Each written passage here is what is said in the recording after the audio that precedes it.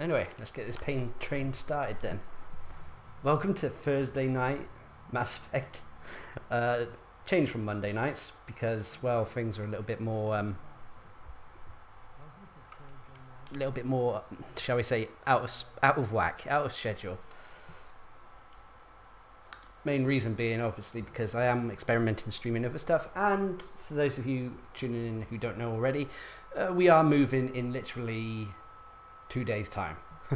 So the past week, well, past fortnight really, things have been a little bit chaotic. But the internet in our current place is being shut off any time between 1 AM, well, in a couple of hours, and midnight on Friday.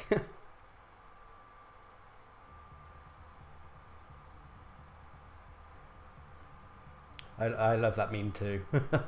Samantia said something on the most recent Apex mission video about how signs of life, whereas Mass Effect doesn't really show much signs of life at the moment because its community, well, it's not its community, its player base is dwindling, and so it's not showing much signs of life. I had to insert the Emperor Palpatine ironic meme. Now, what am I doing?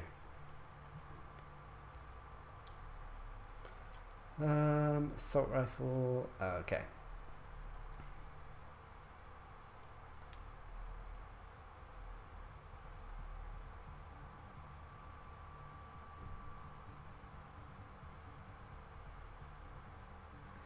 A shirt stream?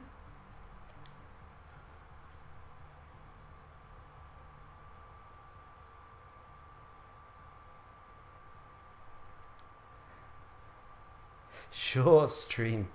Yeah, it could be. Oh, I got really confused then.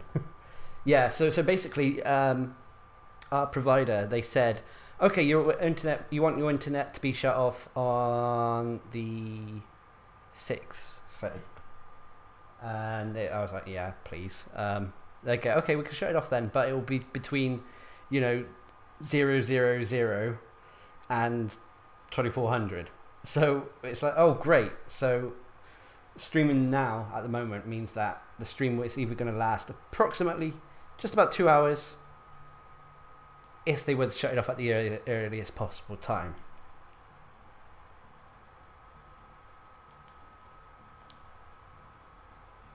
The new character, I didn't know what to think of her at first, but her stuff seems very support orientated. Like, for example, as well, defense drone, sorry. The ability or passive was messed up on the Remnant Ruins. It wouldn't spawn. There was a bug or something, at least on the PS4. Yeah, shirt stream. Take off your shirts. But yeah, defense drone, it wouldn't spawn on the Remnant Ruins when I was doing the actual Apex mission. So I was confused, thinking you had to manually activate it. But when you went on any other mission or the training mission or any other map, it would spawn. But I can see it being a very useful heal tool. To be honest, probably the spec I would go is max cryo beam, ignore remnant VI, because on the harder difficulties it might be useless. Well, it pretty much is, because it gets destroyed too easily. Invasion max, offensive text max, and defensive drone max. The only trouble is that means she has absolutely no offensive way of activating any sort of combos or anything like that. It will purely be priming stuff, debuffing stuff, and potentially healing yourself and your teammates with defense drone. Anyway, let's put some stuff on. What was I doing? Assault rifle, wasn't it? I haven't got the new weapon yet, unfortunately, so I'm not getting to try that out.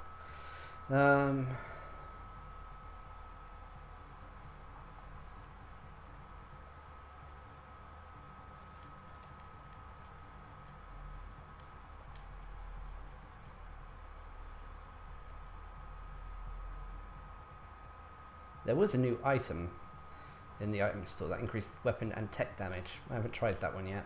Probably not going to be the greatest, but anyway, if no one's joining, I will open it up to the public. I don't know, the colour I've kind of gone for is sort of like a minty fresh Artificer. And I really hate that word, Artificer.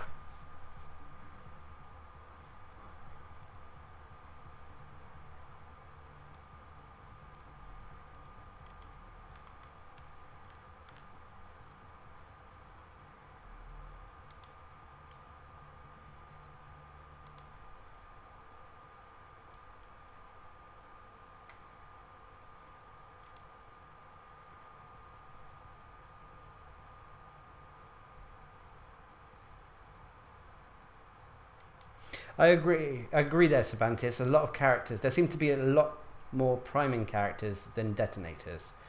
A few of the characters I can see as being, like for example, the Asari Huntress. She's a detonator character. A few others as well. I think most of the Asari ones can detonate their own stuff. Artificer. Yeah, it is a really difficult word to say. I don't know. I can imagine. I can see her being a good support. I can't see her being as useful as, say, the Juggernaut, unfortunately. I don't know. She might be all right. The fact that she's a rare character and has invasion is a big bonus for her.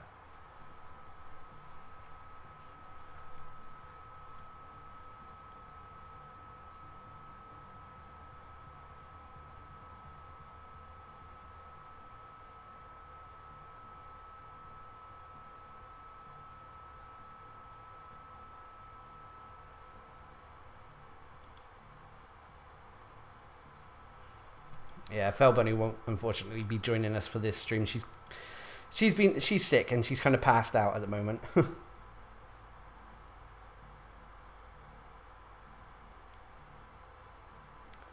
Oh, they added new things to make it easier to mod YouTube chat. How do you mean?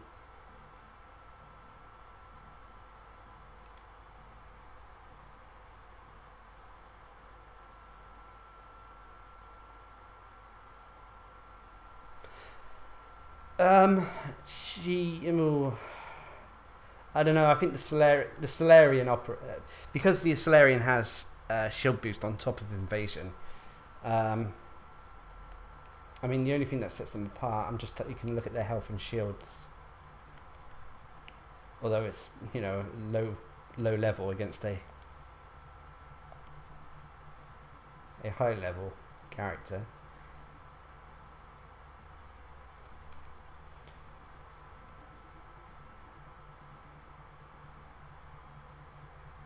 They're probably on par. The only thing that personally sets the Solarian above her for me is shield boost.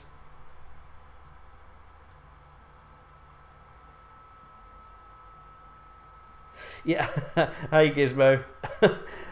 Well, I was just saying what I would probably do is max out Cryo Beam. Probably going to... it's so hard. Cryo Trap or Snap Freeze. Either one is quite good. But anyway, whichever you favour of those two, I'd probably skip out Remnant VI. On the harder difficulties, they don't last that long. The only trouble with doing this is you sacrifice any possibility of having a detonator on this class. Next I'll max out Invasion, then I'll probably max out Offensive Tech, and I'm definitely going to max out the Defense Drone because it's her unique thing. Yeah, I was thinking at one point to do max out Remnant VI and ditch Cryo Beam altogether. Okay, yeah, the build I was initially thinking was going to be Remnant VI, Invasion, Offensive Tech, Defense Drone, skipping out Cryo Beam altogether, with the intent to focus more on weaponry than power stuff.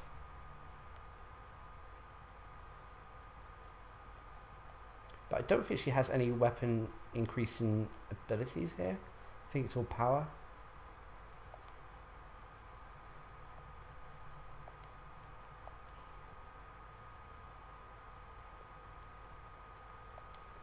Yeah, she is a tough one. She is a tough one. I mean, the reason I'm not why I personally will probably be dropping Remnant VI for me is because I prefer using Remnant VI on the Architect.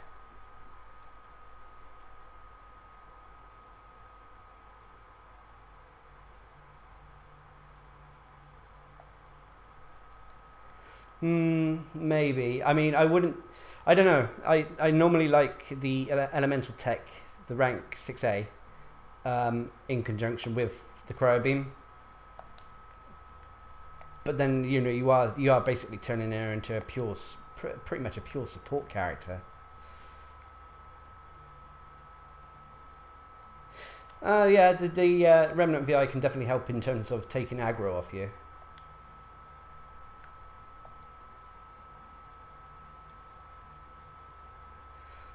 Hello Nicholas, welcome to the stream. We are trying to discuss what the best build for this character is. There's definitely multiple builds here. I can definitely see it being the choice between the Remnant or the Cryo, and pick that way. Invasion is kind of a bit of a no-brainer. I think that's the only clear one that you kind of... I don't know, Invasion's such a great ability. I know, Gizmo, it's like, couldn't she have something a bit more useless that you don't want? I thought she was going to have Remnant armor, similar to the Juggernaut, but it turns out she has a form of Remnant armor, it just utilizes a defense drone. The question is, I'm torn between... Because at the moment I was just going to go all the top ones.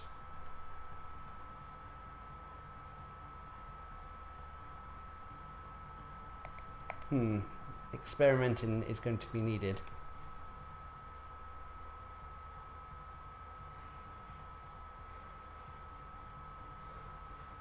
That's not a bad thing. You could do that. Skipping out, going for everything else, skipping out offensive tech. I mean, she's not combo orientated, so you don't really have to worry too much. Although you do still have capabilities of using combos if you go with the Remnant VI.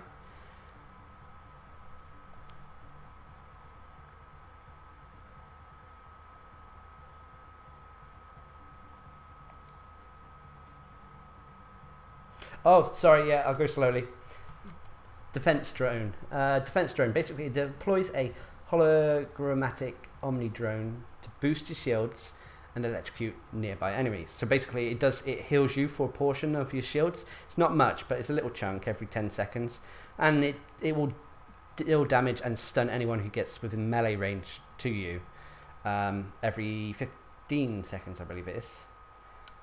Anyway, this can be enhanced in various ways. Obviously, you've got rank 2, which increases health shields, construct health, melee damage at rank 3. At rank 4, you've either got increase in your health regen and shield regeneration, as well as reducing the delay, or you have drone recharge, which reduces the shield heal cooldown and the drone attack cooldown, which I'm probably going to take over the regeneration. At rank 5, you have the increased health and shields and tech construct health, as well as, and then the alternative is drone attack, which increases the attack damage bonus and the attack range of your drone. But that means it potentially can attack things that get just outside of melee range. I don't think it's going to be that useful. I think I'm probably still going to take defense systems. And then at rank 6 you have what's it called? Drone support, which basically increases the shield healing, and it affects allies that are close to you. So that potentially could be quite nice. And lastly, what is it? Electrocute. Basically anyone who's stunned by the drone, any enemy who's stunned by the drone, will be stunned for longer, and they'll be primed for a tech combo.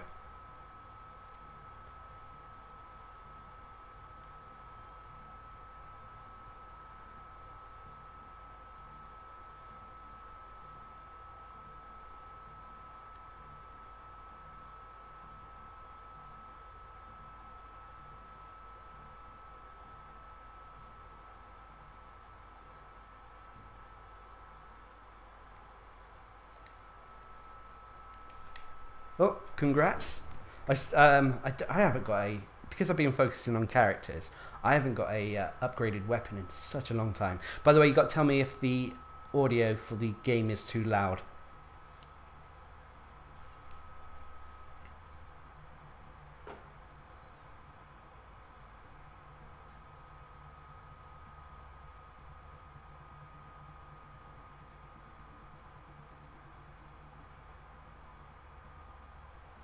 Yeah, there's still a few.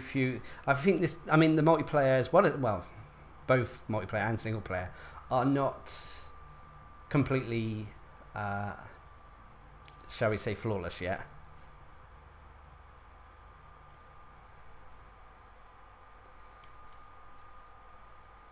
There's still bugs, unfortunately, and I suspect the single player's getting no more patches, unfortunately, and I suspect there won't be many more patches, if any at all, for the multiplayer. But anyway, the drone floats next to you all the time. There was a bug, as you can see in the Apex mission video, where it didn't appear.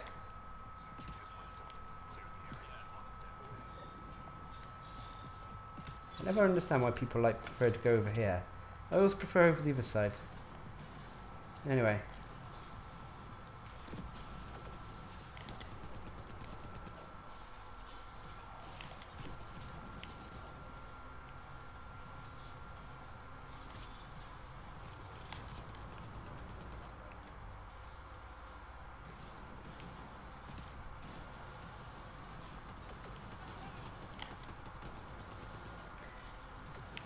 You have to forgive me, the setup I've got for streaming at the moment is a little bit chaotic. I'm a lot further away from my monitor that I would normally play at.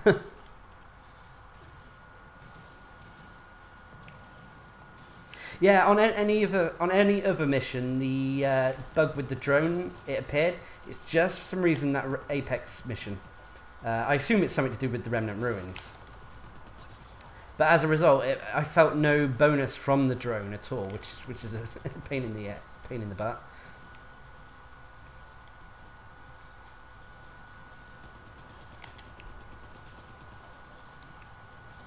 See, the drone activated then when that wraith got too close to me.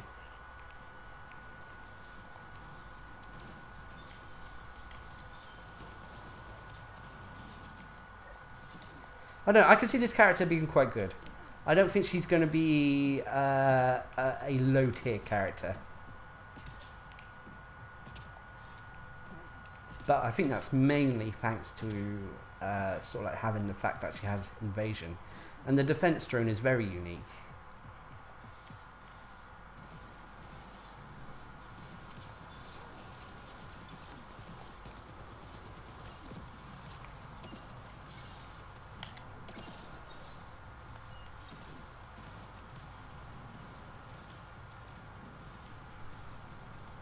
Game volume's a bit low. Oh, that's a first. Hang on, let's turn that up a little bit. Right, how's that sound? Shoots wildly to just hit anything and get some sound going.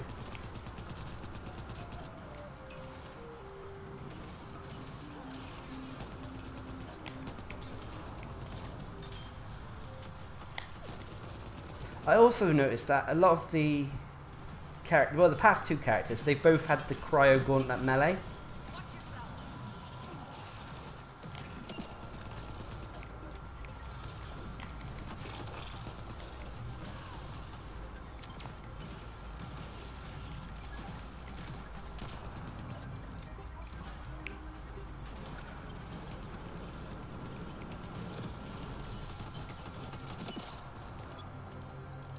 Right, hopefully the sound's a little bit better.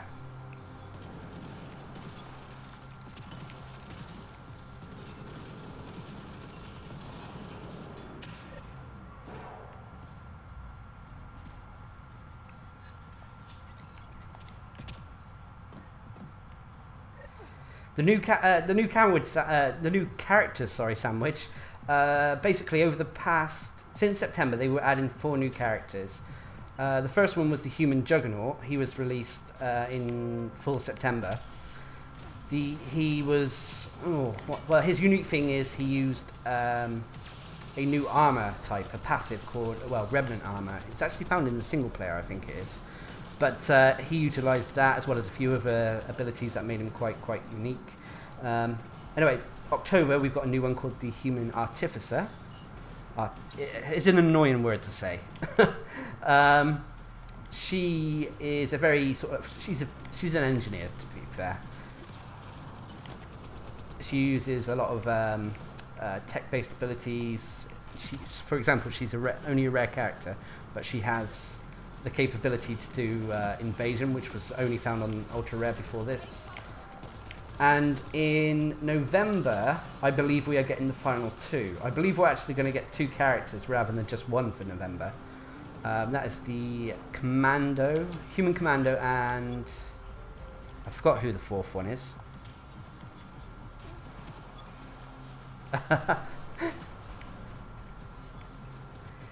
I tell you what, sometimes taking a break from Mass Effect does help. It really does. I've taken the past few streams I've been streaming XCOM, and I keep pressing the wrong buttons. It helps to take a break and come back to it, especially when there's something new to come back to. There's also new weapons as well. But the exciting thing about the new characters for November is I don't know if you guys, well, yeah, surely you remember the old ability Warp. They're bringing that back for the remaining 2 characters.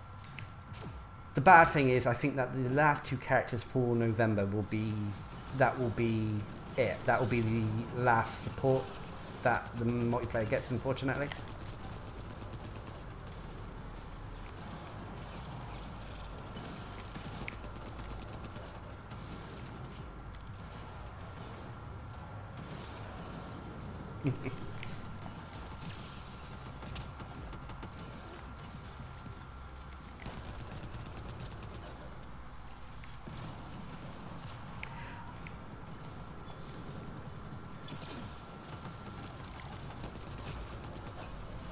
I mean, I'm still sad that there's a few races missing. For example, the Quarians. I would have liked to have seen a multiplayer version of them.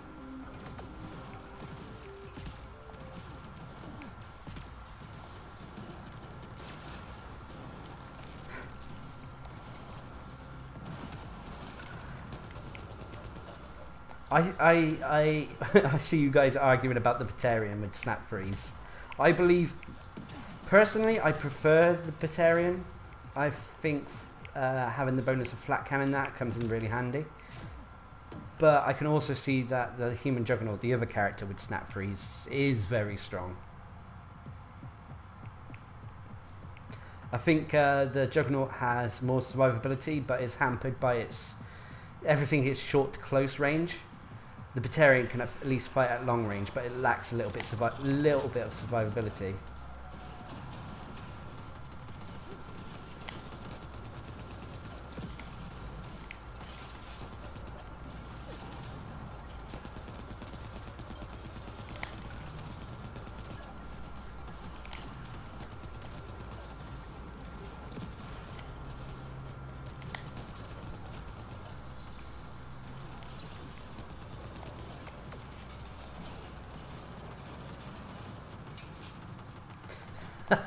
If the Volus should have been in this game, I still think the Volus would have gone with the Turians. If I may be wrong here, it's been a while since I played the original trilogy, but there was something I seem to recall something about the Turians and the Volus. They had some sort of compatibility. They were able to work together or operate in a similar atmosphere.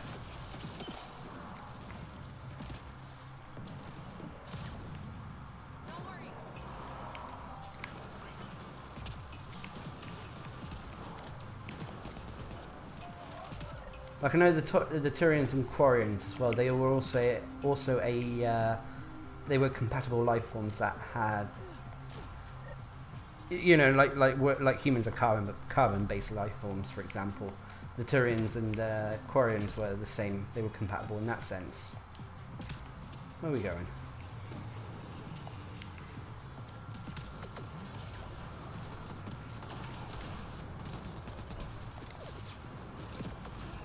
just realised my VI's been dead for a while now.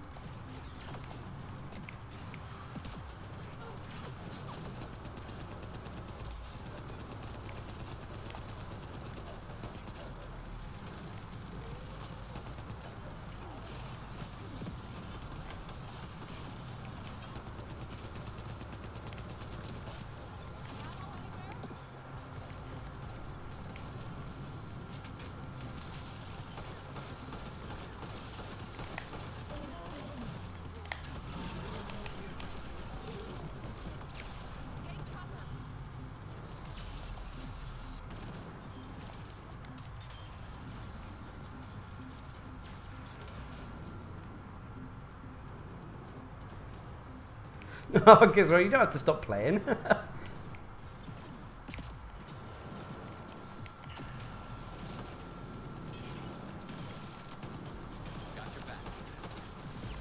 Oh, thank you, DC, for joining the team or subscribing. In other words, I actually surprised I actually caught the notification then. I had to change all the notifications back to Mass Effect notifications. They were all set on the XCOM ones, but because I kind of wish Streamlabs would set up a, you know, you can have an alternative. I know you can have sort of variations, but therefore sort of like certain donation amounts or stuff like that. Got your back. Oh, thank you, Nicholas. Hopefully the streams or videos will entertain, inform, or sometimes just get you thinking.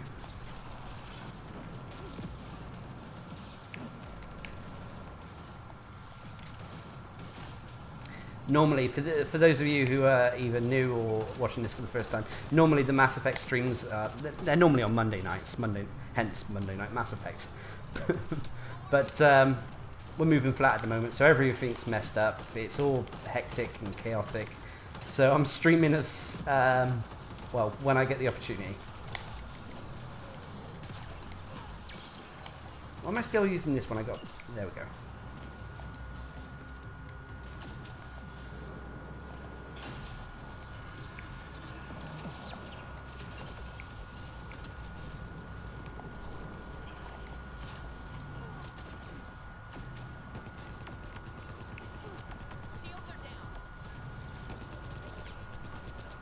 Oh, that was close.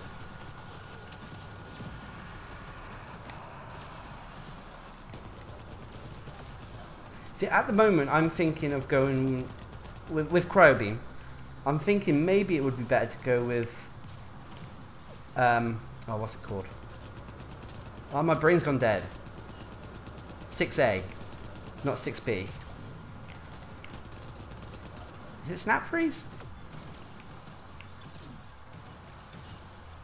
Anyway, I feel maybe it's better to go with that, especially because I don't have to worry about actually activating the combo, and I would just be focusing on if a target is frozen, killing it with weapons. Ow.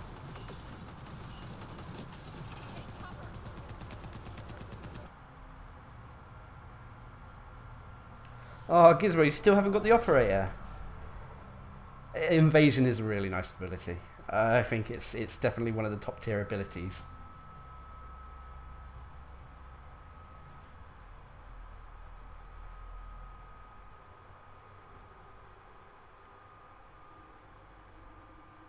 Yeah, I played. I was going to say, guys, I do play on PS4 and that. If you just send a friend's request to Darcblade, all lowercase letters, and I pretty much accept anyone. So and feel free to join into any game that I'm playing in that.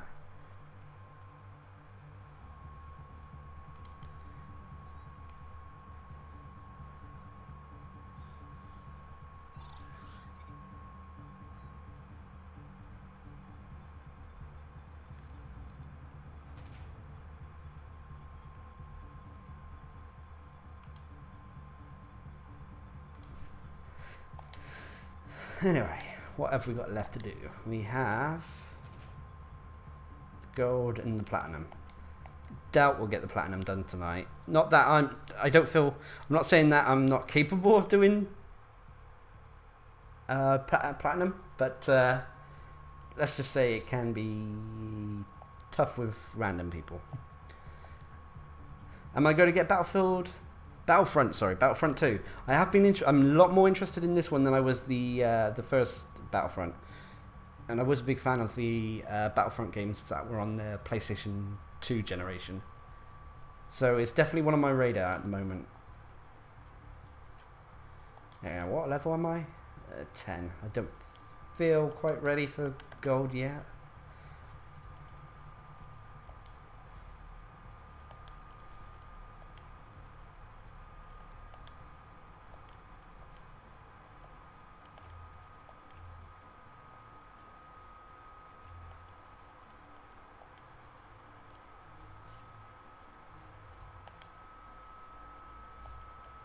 Oh, the lobby filled up fast.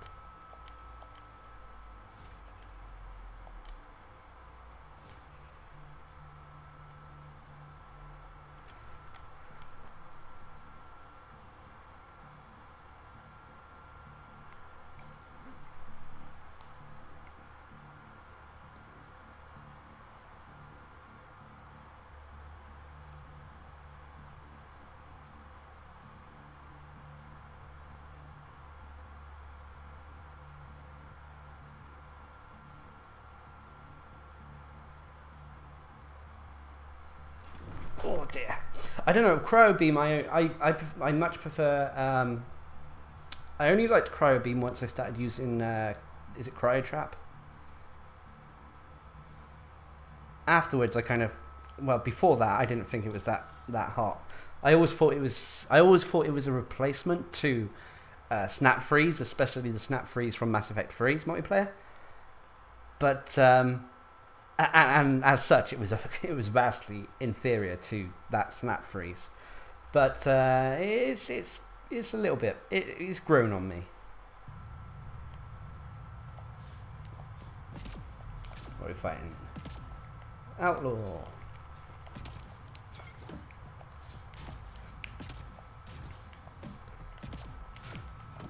Also, I say it again as well. What time is it? In approximately an hour and a half, give or take. Oh, we'll put it this way: because we're moving apartments, there is a small chance that our internet goes down at the earliest possible time. Basically, our provider, when I was arranging the move, said that it was like, okay, when do you want your internet to go off? I was like, well, Friday evening. That'd be okay. But they're like, okay, well, we can't guarantee it will be in the evening. It will be any time between midnight on Thursday and midnight on Friday. So the earliest possible time it will go down is in an hour and a half, give or take.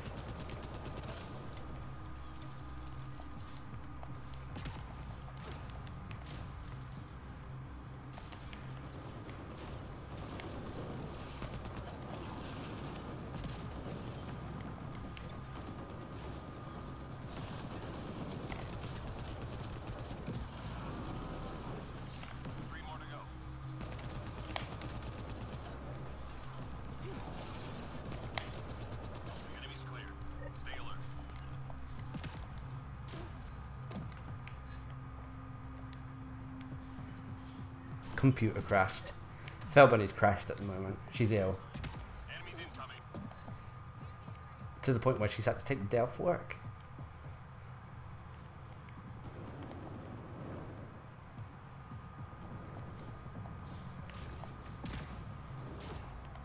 But it's sad in some respects in that. Like, for example, used to play Mass Effect multiplayer with Felbunny all the time, but she's, well, I can't remember which stream she said it on, but she's done with Mass Effect now, unfortunately.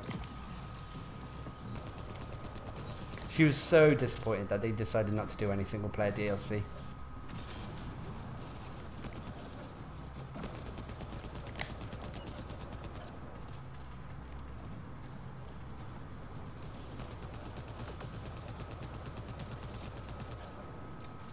Well, I think a lot of the Mass Effect community.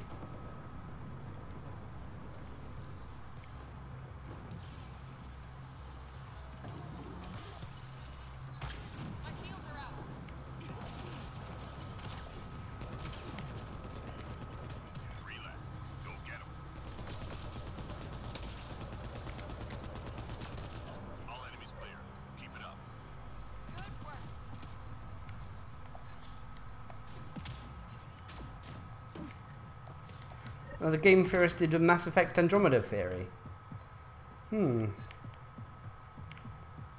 Is that the game theorist? You know, the famous one. It's a theory, a game theory.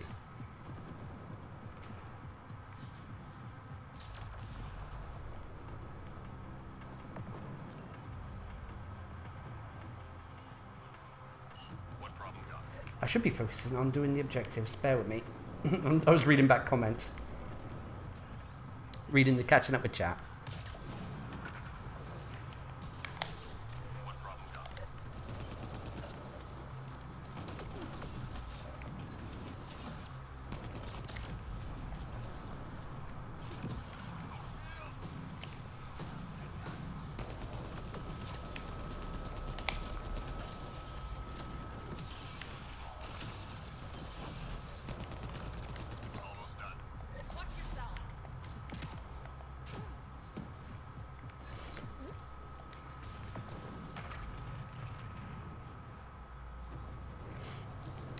Yeah. Going back to the single player deal, see what Gizmo has said about the...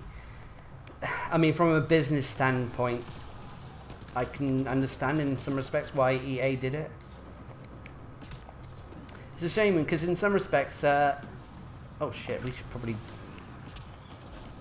do this.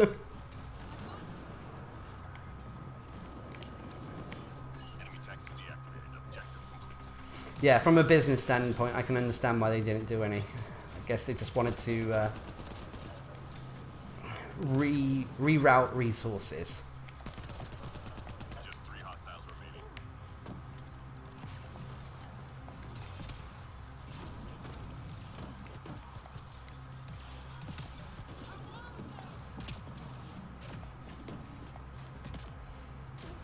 That's not a bad price if you're thinking of getting the game again.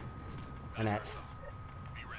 I mean, there's a lot. If you're thinking of jumping into the multiplayer as well, there's a lot more content now over the course of the few months. I mean, it's still not quite on par with Mass Effect 3, but there's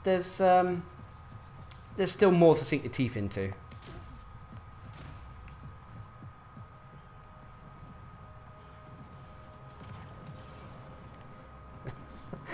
You don't like the... Why don't you like the Krogan Vanguard?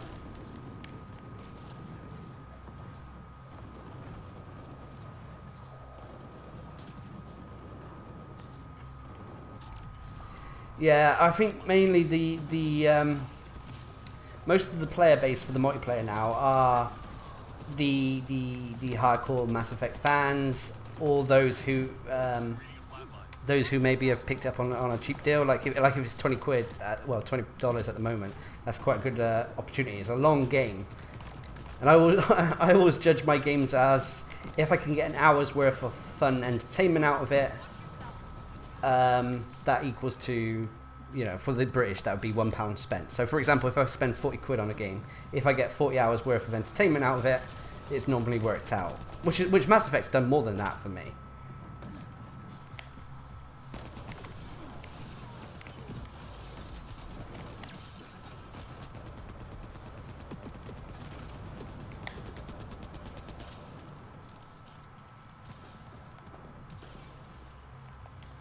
There's not a lot of... The player base is a lot smaller than it was. I can always tell when a player base is small when, well, at one point I was, let's just say, in the 3 digits in the leaderboards. Normally I'm not in 3 digits. I'm not a bad player, but I'm not a top player.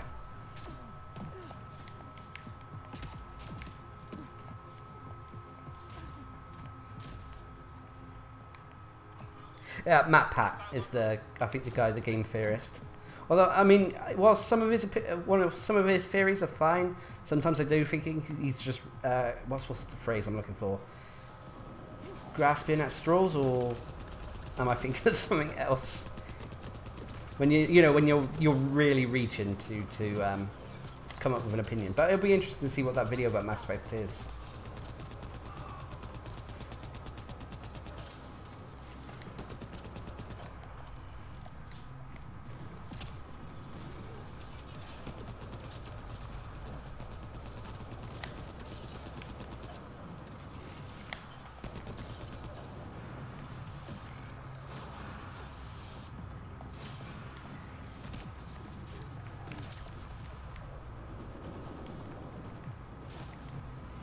But I do believe that if November is going to be a very interesting month for the multiplayer, I think it's going to be. I think November and how well it does could potentially mean the end of Mass Effect Andromeda multiplayer support, or if it does really well, they may even continue. We may even get some more characters. Because basically in November, for those of you who are not aware, we are getting the final 2 characters that they've announced of the sort of like 4 unique human ones. The human commando and, like I said, I can't remember the 4th one off the top of my head.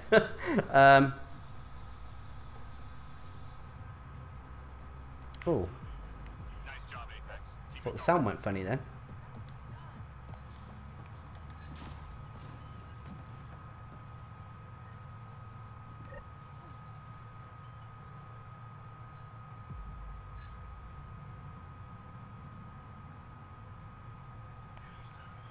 The enemy's tapping into civilian comm traffic. We need to take out their uplink devices.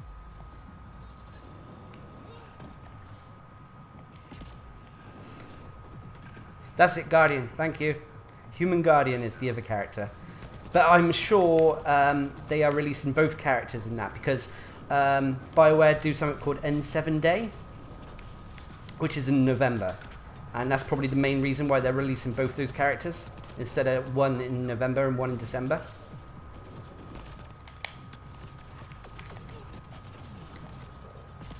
Come on, focus on... Oh, hello, big boy.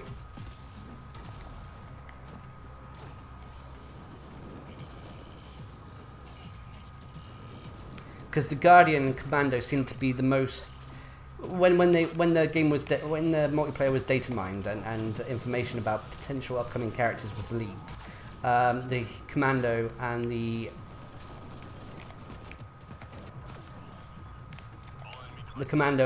Guardian were the most sort of anticipated, most wanted.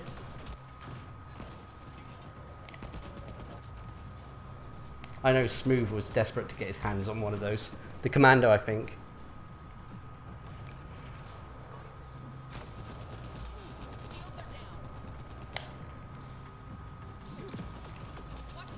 Whoops. Squad member down. I'm just interested to see how Warp is going to work. Is it going to be exactly the same as it was in Mass Effect 3? You know, a detonator and primer in one? Because that sounds... Well, that sounds very powerful. It was one of the abilities that I personally missed from Mass Effect 3. Good.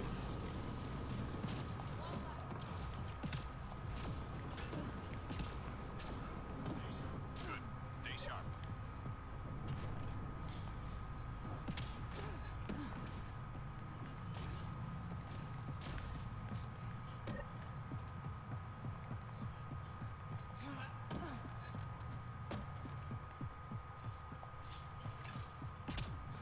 I mean, I still think when it comes to... I don't think Mass Effect Andromeda was a bad game in terms of its story. Not story, gameplay.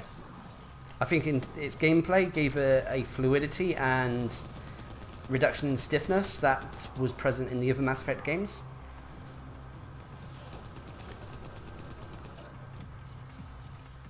The only downside was obviously the presentation side, especially the facial animations, were highly criticised.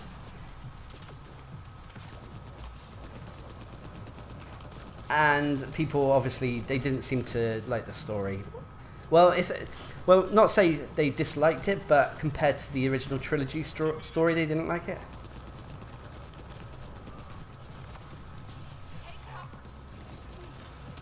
Yeah, yeah, Gizmo. Actually, I can see Warp being a bit like Overload. You know, it may be it may say it's primer, a detonator, but it does both. That for you, those of you who are wondering, Overload in Mass Effect Andromeda, even though it on paper it says it's a detonator, that's it. But in fact, it's a primer as well. If you hit a target with Overload and then hit them quickly with another detonator afterwards, it will set off a tech combo. I should probably go revive if I can make it. I was slacking.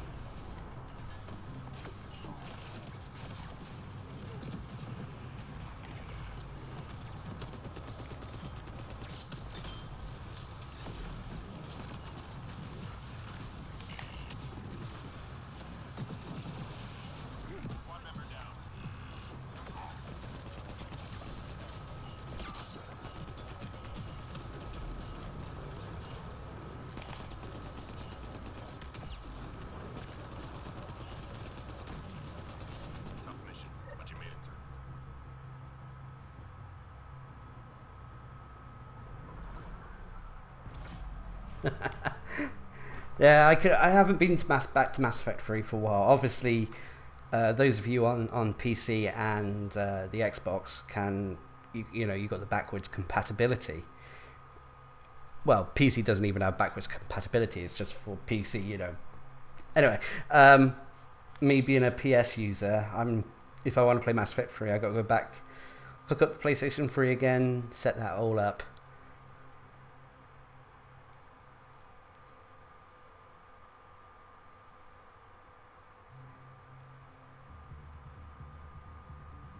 Hello, Mr. Scartuber. Basically, I'm intending to stream for... normally these streams last until... Hang on, what time is it now? They last for maybe a possible another 3 hours. But I've been... At the start of the stream, I have to warn you, well, the stream could potentially die. We are moving apartments and the internet is being shut off this Friday. And technically... They told me it would be any time that Friday over the course of 24 hours, so it could be as early as an hour and 10 minutes.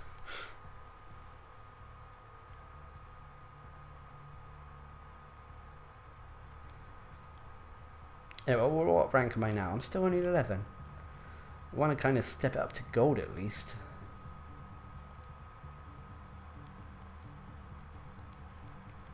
The other thing, if you guys don't know, is that the Jumbo Premium Pack has now been added to the store. Contains 25 random items, 5 of which can be ultra rare, 5 of which have an improved chance of ultra rare. But it costs 500,000 space bucks.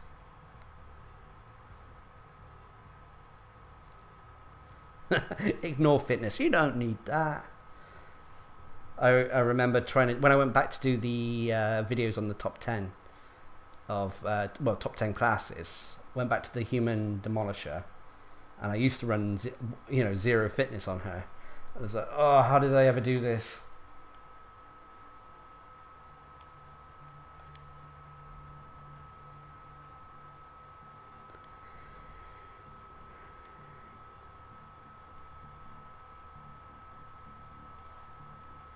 But going back to the Jumbo Premium Pack as well, the thing I'm worried about, especially if I want to rank up the Artificer quick, is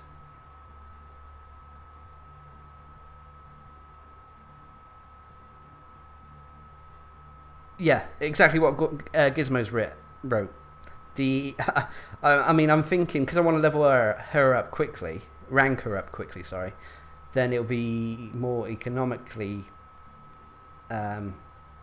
efficient to just buy, you know, reserve packs, because then I can get at least 1 Artificer card in each pack. Whereas if I buy 1 Jumbo Premium, there will only be 1. You don't get multiples. So, for example, if you buy a Jumbo Premium pack, it's not going to be, if say the 5 ultra rares, say you get 5 ultra rares in it, they're not all going to be the Asari Duelist, for example. I agree, Stephen. The fitness thing was fine for the Ghost. He was one of my favourite. Top 5 definitely.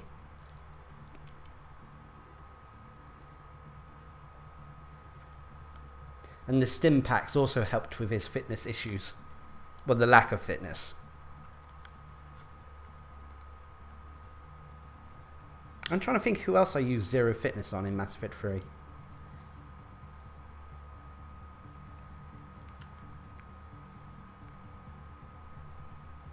I don't think there were many, but you know, I'm going to open another pack while we wait. I'm going to do another reserve because I'm still trying to get the increase in Artificers. Oh, I finally got the Juggernaut to rank 20 as well.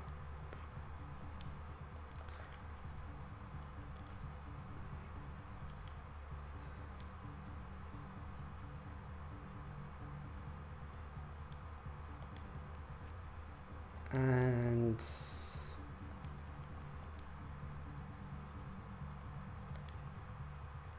wait, is that tech construct damage? Yeah, it is.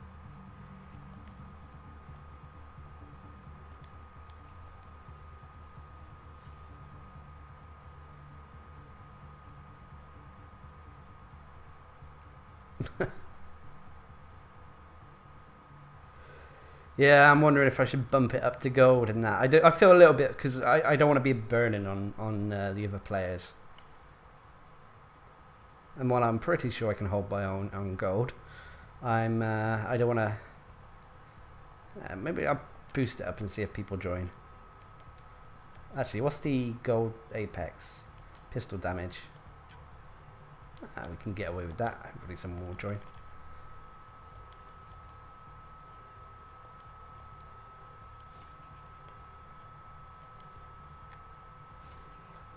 Pistol. What should we use? Kind of fed up using the charger siphon. I'm using that all the time now.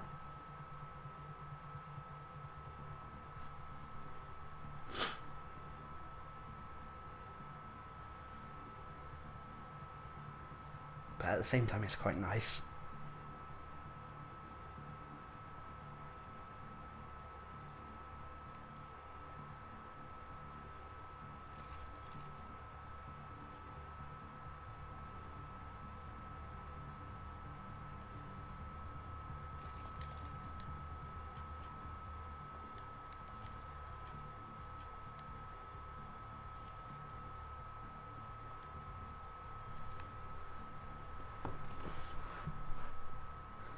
Now we play the waiting game. Yeah, they added a new weapon as well. I haven't got it, so can't show it off. But where is it? Collection, weapons, square. It is the. I still haven't got the Kishuk harpoon gun, for example. I'm really behind on weapons. Anyway, it's the so. I can never sound.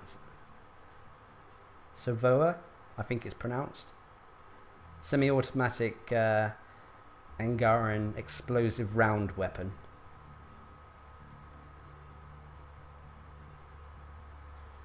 It's horrible looking at these and that, because I mean I haven't even got one weapon to one ultra rare to rank 10 yet, so I'm never gonna get these. Well, I might, but it depends how long the community lasts. Also missing a few challenges as well.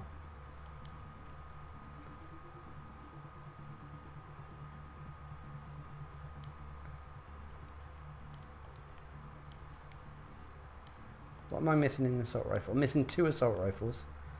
The paw I should be able to max out. And what else?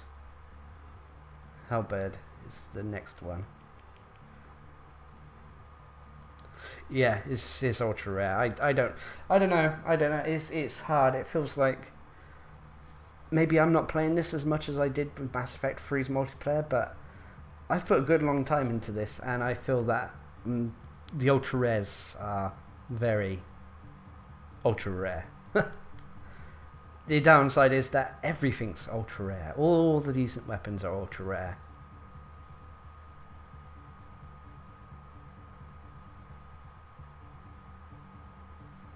I think I got down to rank 2 or 3. Yeah, 3. Fell Bunny was always on about how she wanted that weapon. I don't know if she got it or not though. But I just miss the ultra rares as well. In some respect, I've taken a little bit of a back seat because I'm always running with siphon weapons now. I just feel it's safer. Oh, hello Nightbot.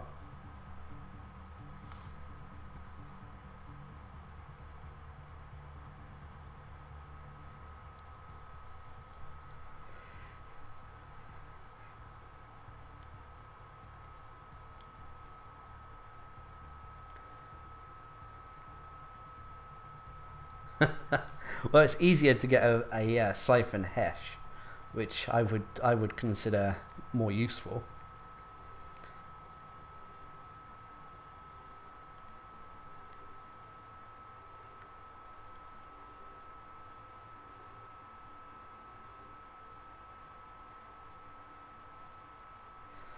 I would use the hesh, but it's a pistol skirmish.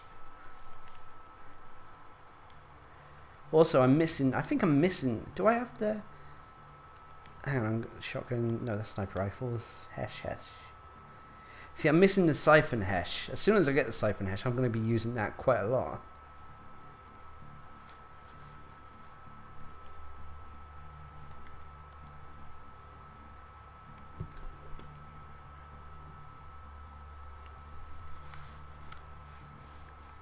Nightbot sure likes to repeat itself. Oh hey, someone else joined.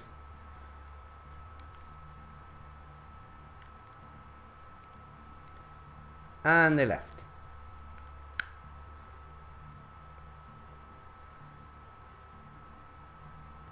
Hey, 3 people joined. And they left. So that.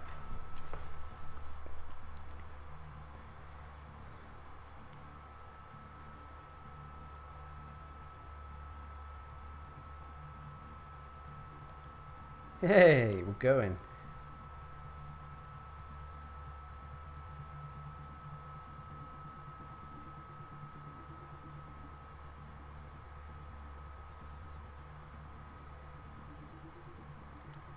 I think the shadow in that was one of the first ones I got.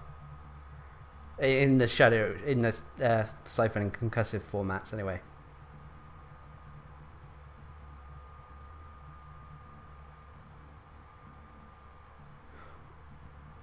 What? Aggravating? You mean waiting for the game to start?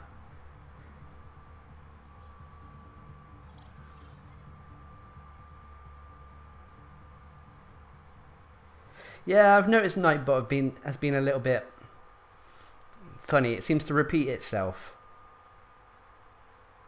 And like you said, on the hour. Because it's supposed to be set up for... Hang on, what have I got set up as? I'll check in a minute.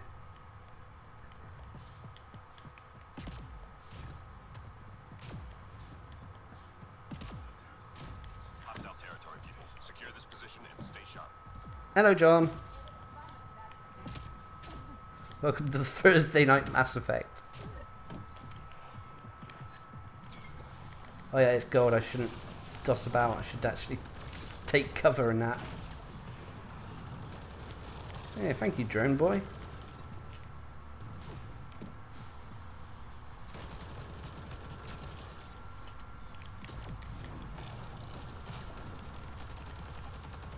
I mean, I can see you could potentially use the drone aggressively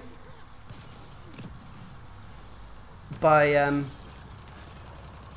you know, dodging into an enemy, making the drone stun them, and then dodging back out to safety.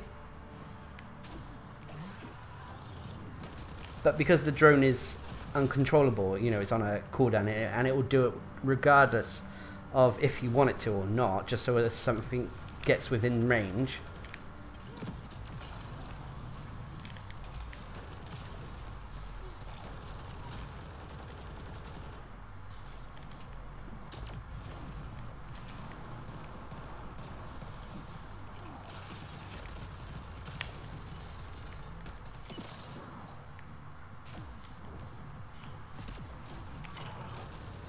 Done it, please. Yeah, oh, now he does it.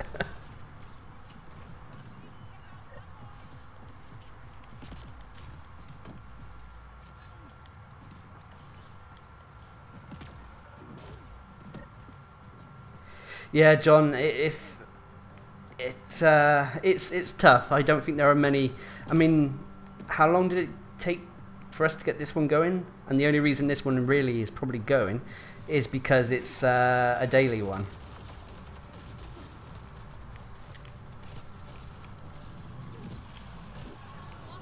And I think some of the reason people are playing as well is because there's a new character. Like you said, I think a lot of people have gone over to other games, for example, Destiny 2. I don't think I would enjoy Destiny 2, but I'm actually getting on with it alright. Some of the stuff on Destiny 2 is a bit, I don't want to say casual, because I hate that term. But they have made things a little bit easier. Except for the raid. Sometimes I feel the raid is a bit convoluted.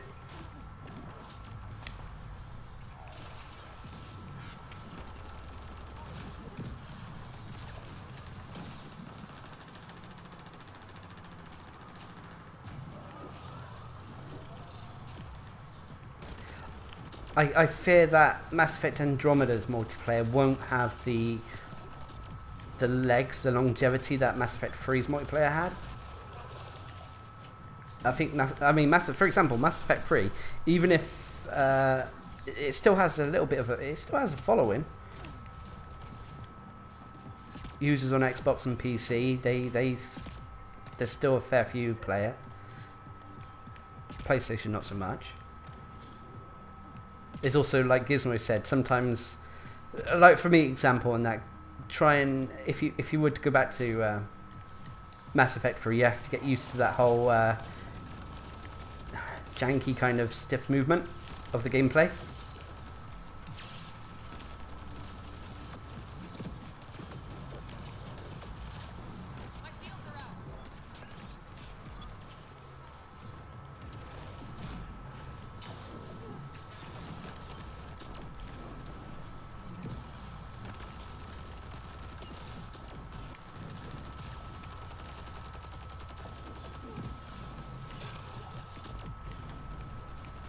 This is feeling a little bit more better than what, a bit more what I'm used to.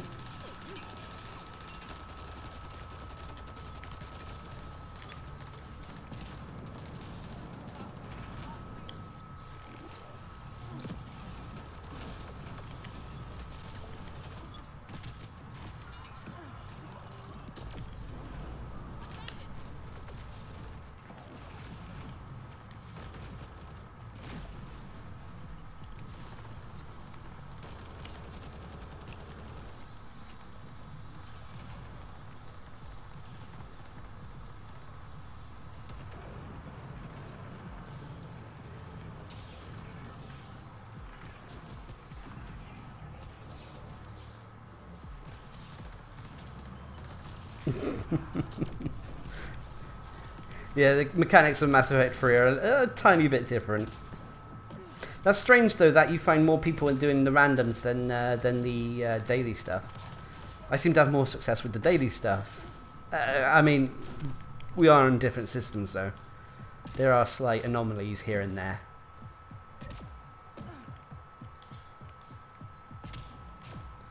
I am liking the fact that this little drone next to me keeps zapping the wraiths when they get close.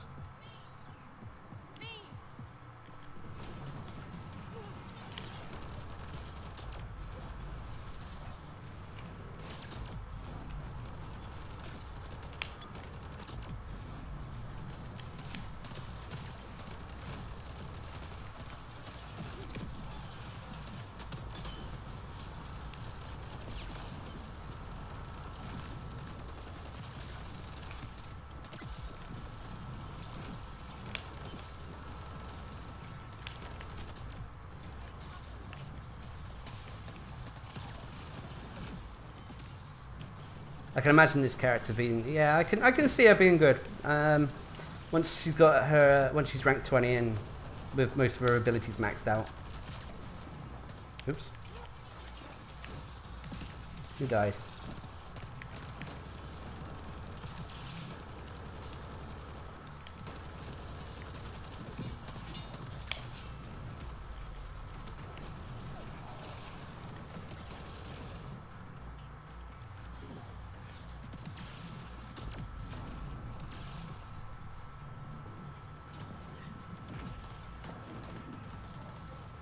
Oh, this, what, you mean, Gizmo, do you mean this thing? You know, the change of over your shoulder. Didn't they have that in Mass Effect 3? I can't remember now. Little changes. Little quality of life things. Is that... I don't know if I've got enough ammo. Oh, it is 414. I just couldn't see it properly. Oh no, the stream died.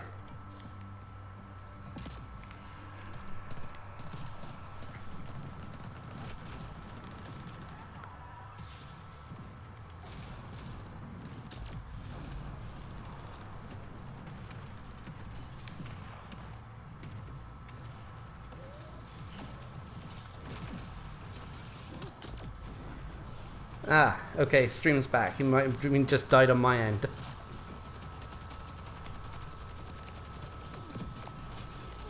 Oh, this is bad.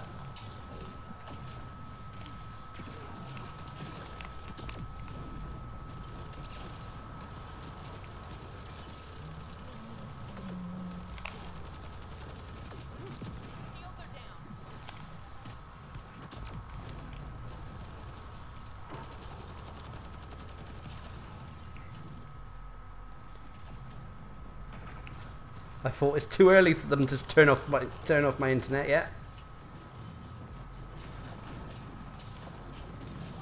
I think one of the reasons that I've always kind of chose Monday to stream on is because there's not much traffic. You know, who streams on a Monday apart from, well, Dark?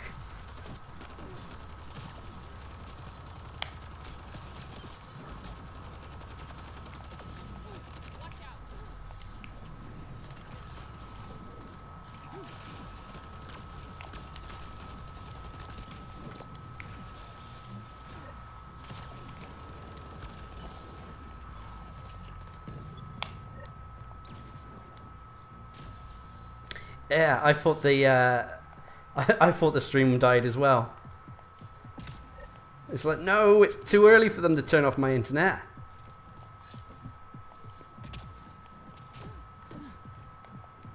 But it was just a little lag thing.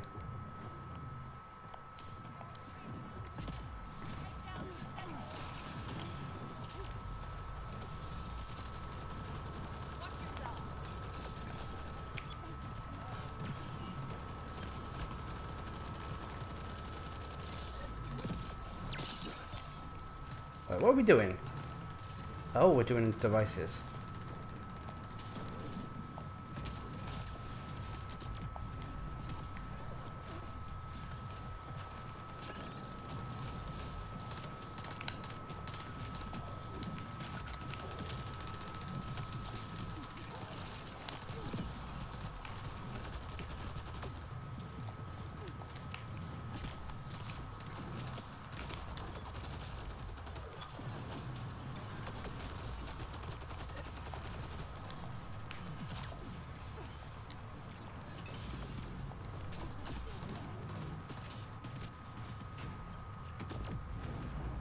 I think my little drone hill been dead.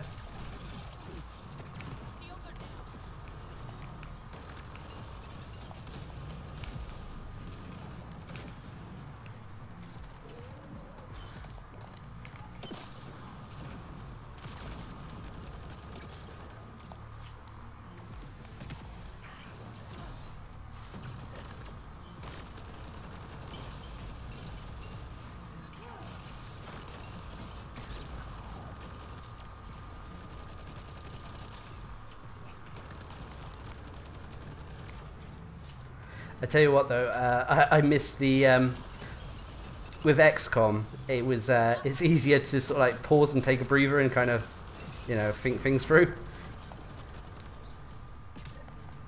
or read the comments and that.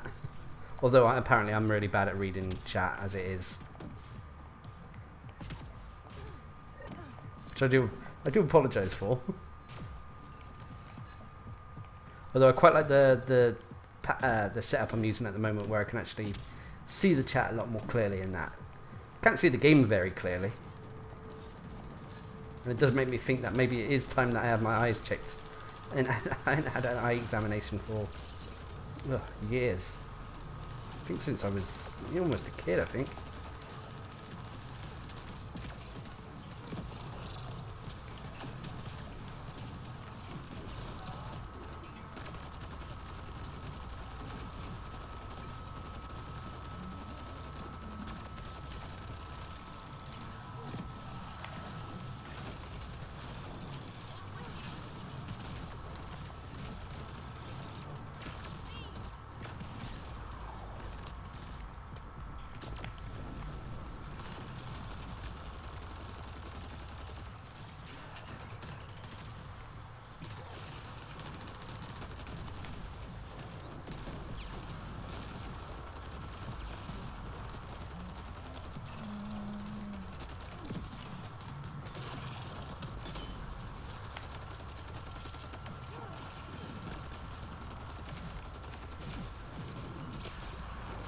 Darcblade? God, how many Cobras have been used?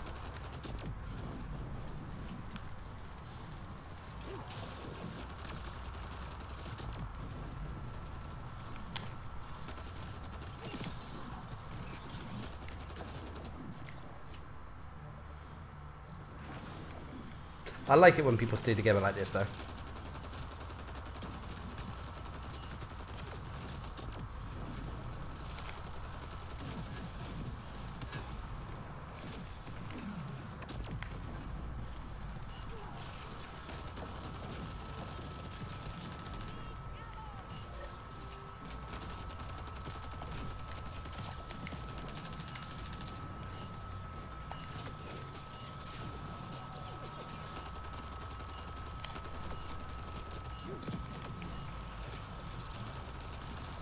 Ah, that went well, I think.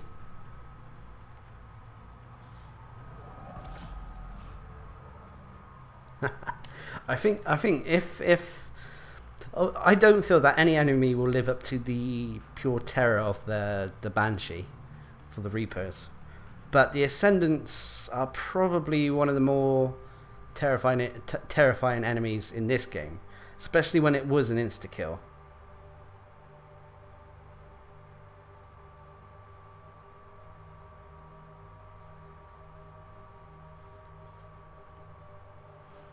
Yeah, Cryobeam does seem a little bit of an odd choice.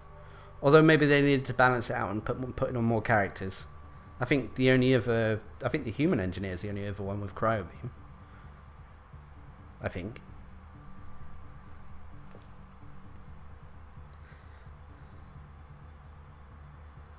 The human artificers at the top.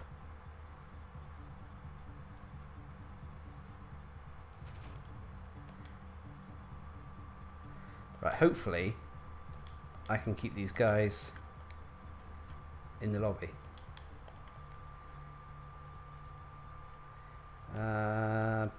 Points. Ah, I'm gonna have to save them.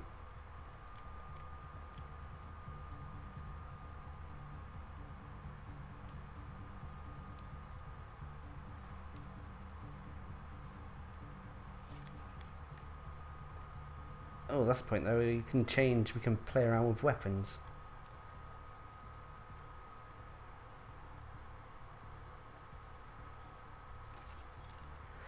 Oh, it's heavy though.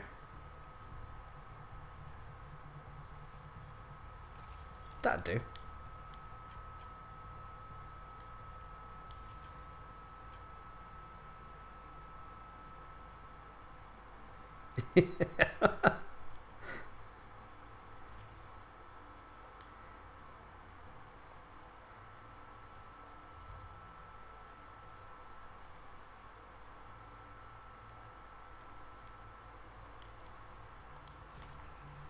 There we go.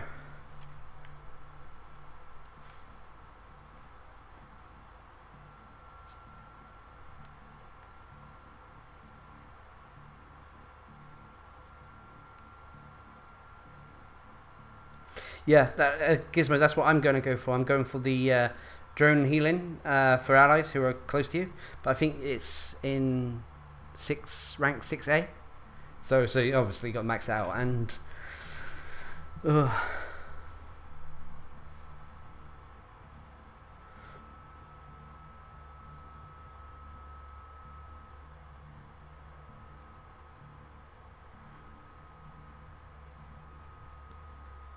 Oh, what's the... I think that... Well, it... Best build ever. Yeah. It is tough. I mean, technically your best build can potentially be on the Pathfinder. But then they're stuck being human.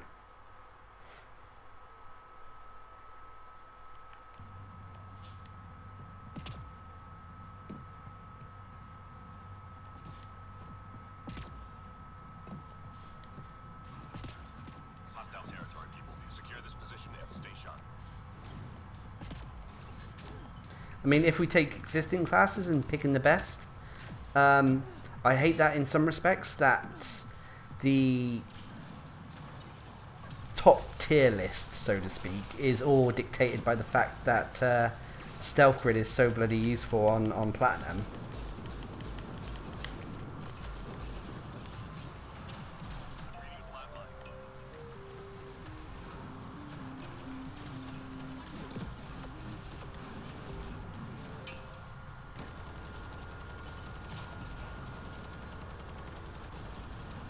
I can't aim for shit.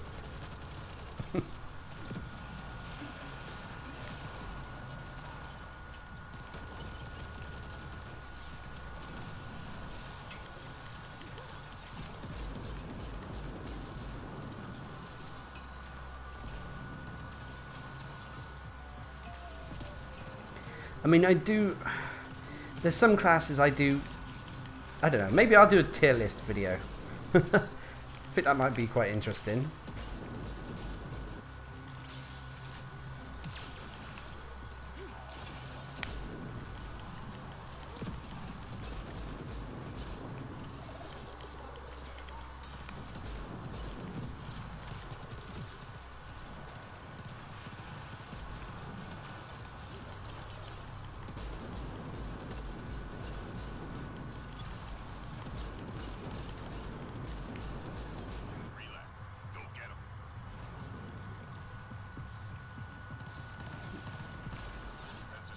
I feel a little bit lost.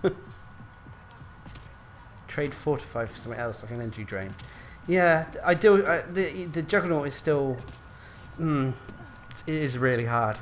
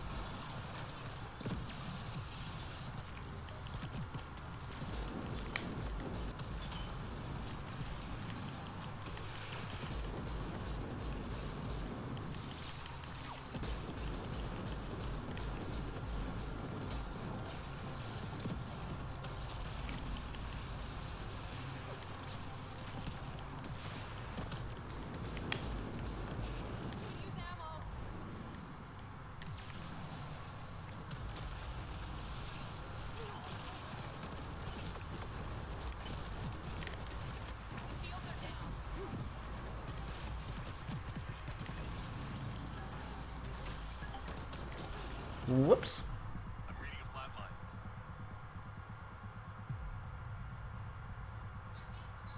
My shields are out. Teammate injured. I'm obliged. The kineticist and that, even though they are ultra rare, they are not. See. You know, when it comes to making, say, any sort of tier list and that, you have to consider the tier list of, you know, is it constructed with who is best at doing the hardest difficulties, who works best as a team. It's like with fighting games and that, they construct tier lists of, you know, who's hard to counter, who has the least amount of counters, stuff like that. So I think, I don't know, with Mass Effect, with the characters, if we were putting together a tier list and that, it would be, I don't know, how easy they can work as a team and how easy they can take on the hardest difficulties in the game. Like, for example, if say take the human kineticist, she would be top tier if the game was only gold or below. But with Platinum introduced and that, she is,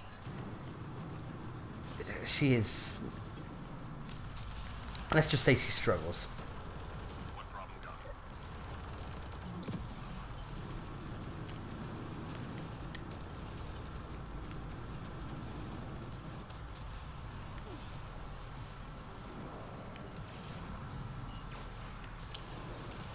What problem got?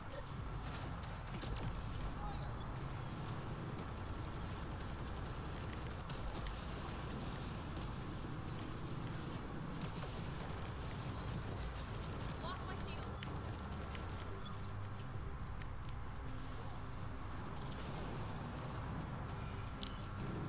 Hang in there, Apex. The only thing I will say though, with the Artificer, I keep wanting to say Artificer, which I know is not right. But with the Artificer being new, there's lots of them roaming around, and let's just say multiple invasions they can override each other, and it causes a little bit of conflict in between whose buff is active and whose is not, as well as the spread effects and stuff like that. It's like when there are two Angaran insurgents. There's two Angaran insurgents that can only be... You have to share the maximum amount of trip mines between the two classes. Say you had 11 trip mines, you'd only be able to put that 11 down shared with the other one as well. So, you know, put one of you put 5 down, the other one put 6. But unless you're communicating, which doesn't happen often, it just causes conflict.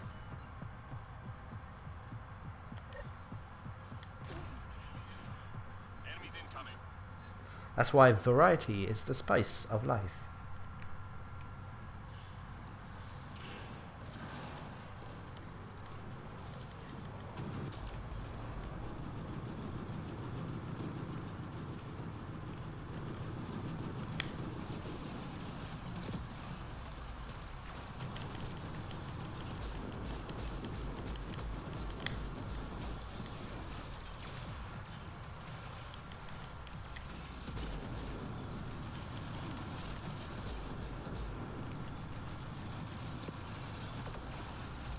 Take cover.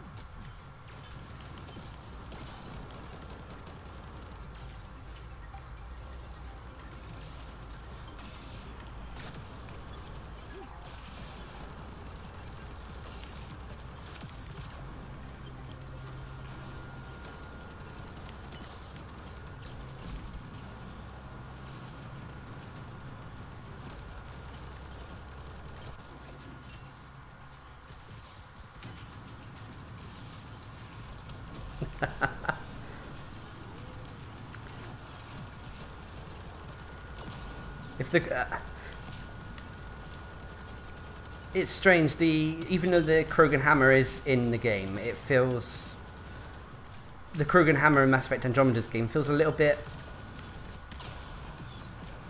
like hitting with air. Is the correct term I think I'm thinking of, when compared to the hammer that was on the Warlord in Mass Effect 3.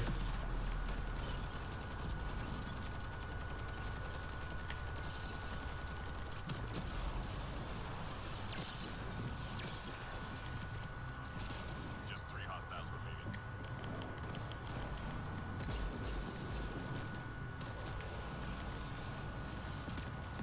That hurt them. Be ready.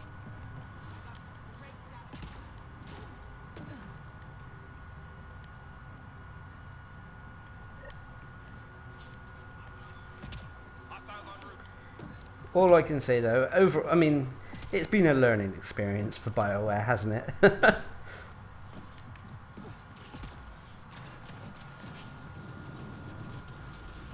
I mean, it is such a sad story now they've been kind of merged. But hopefully, you know, you never know, Anthem might be the successor to Mass Effect. It's a game that sort of like draws love from the fans and stuff like that, and is something that, you know, we've been craving since Mass Effect. Might be completely wrong, but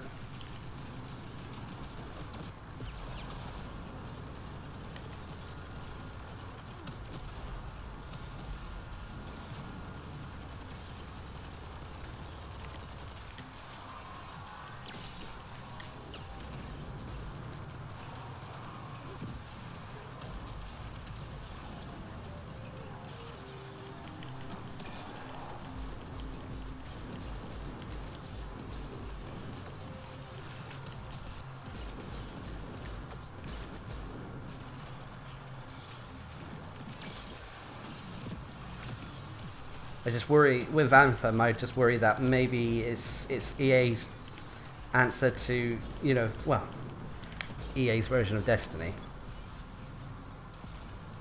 The whole class is hitting with air. Yeah, that's it. It's Going back to the Krogan Gladiator. And there with hammer.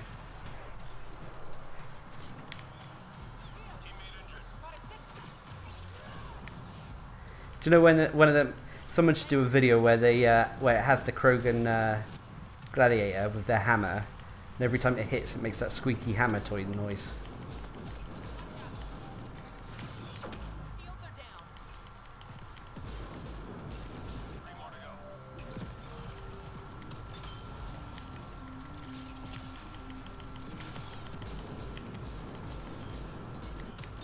All clear for now.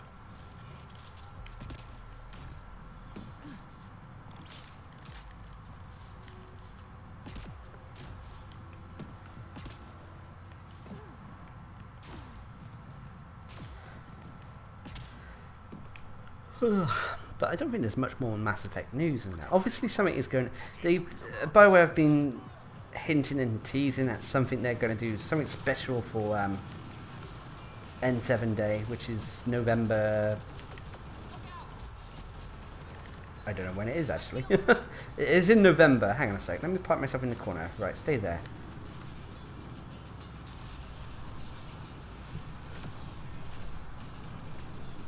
Got the drop. Reading a flat line.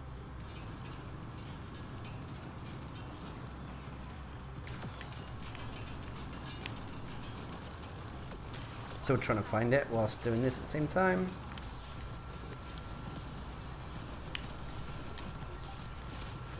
Oh, bollocks.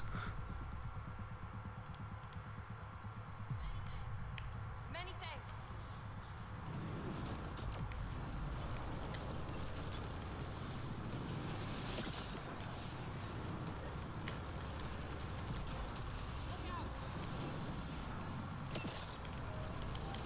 Got the drop.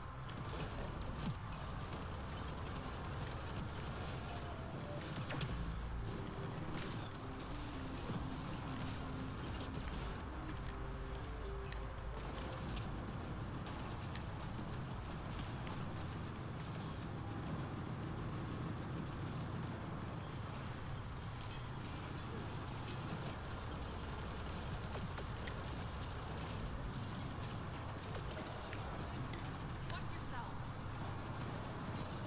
N7 Day is November the 7th. There you go. So, November the 7th, if that is a Thursday for November, then that's probably why they are releasing both the Guardian and Commando. Oh, hello. Oh, it's a Tuesday. Hell, maybe they'll release it on Tuesday then. All objects accounted for. Objective complete.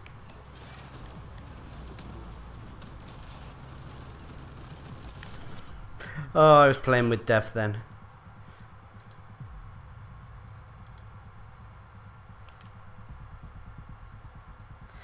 Yeah, well, Alice, obviously, the stream's either a bit behind or I'm behind. What Alessandro said. 7th November. Oh, you won. But yeah, it's Tuesday. Normally, they could be releasing the last two characters on Tuesday instead of a Thursday. In celebration of the N7 Day. I am playing rough today. Reload. We're tracking reinforcements.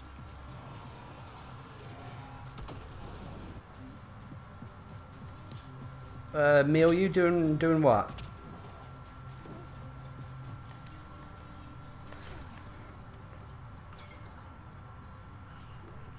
We're done here. Get yourself to the LZ.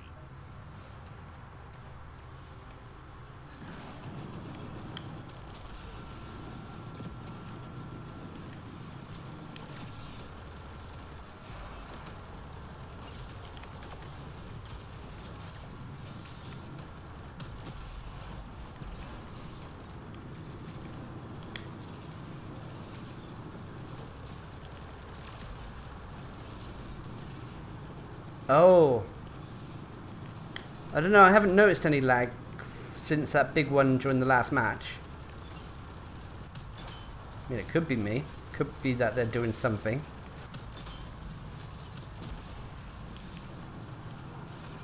Well, I mean my internet provider. Shields are down.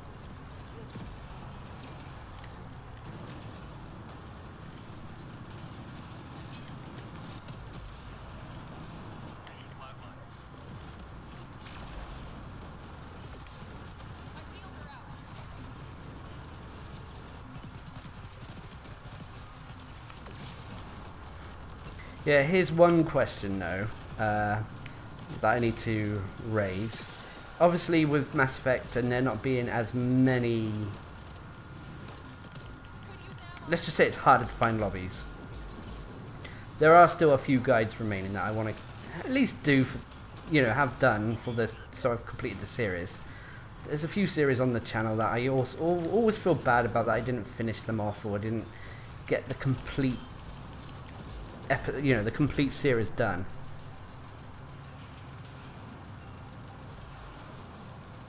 Oh, I hope they don't just cut it at midnight. If I do, you'll suddenly see me go offline and for no explanation.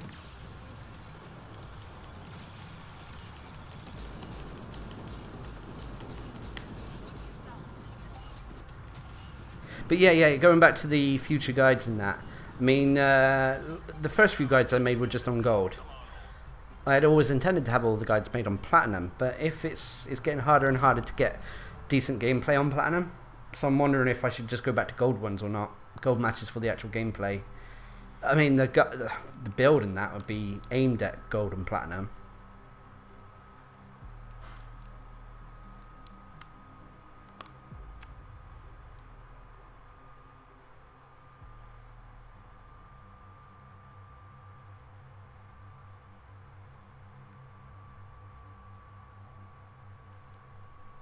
Because I think with the Mass Effect 3 guides, I think on the channel that's the longest series that I actually got a video done for everything that I wanted.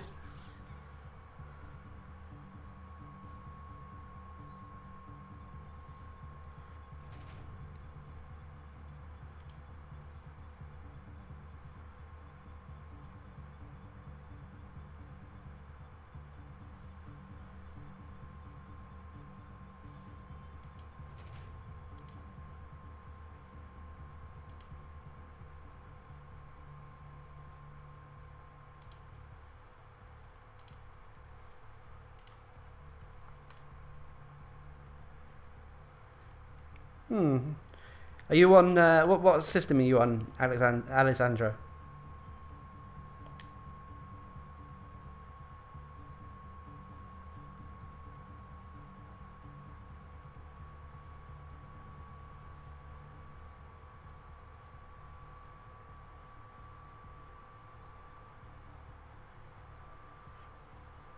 Oh god, everyone's the flipping... I'm going to spice it up a little bit. I'm getting a little bit bored playing her.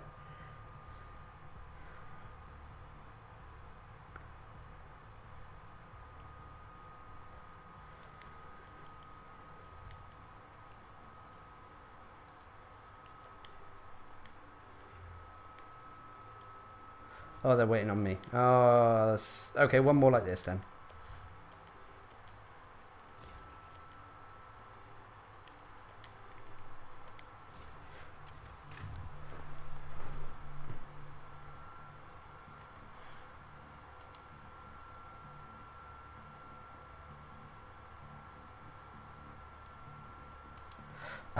I'll play the Batarian next match.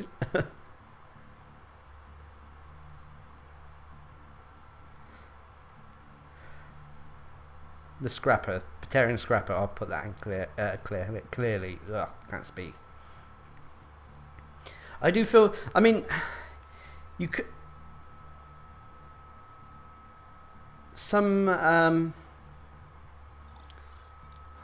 if I put enough time in waiting in that, I probably could get some platinum lobbies. The only trouble is, I don't know if you guys experience it on your systems and that, but sometimes the platinum lobbies are very hit and miss. Sometimes you get partnered with really good people. Other times in that, it's a struggle and you can barely make it through platinum. Obviously, if you're playing certain characters and that, it's a lot easier. Oh, wrong button. I meant to do that.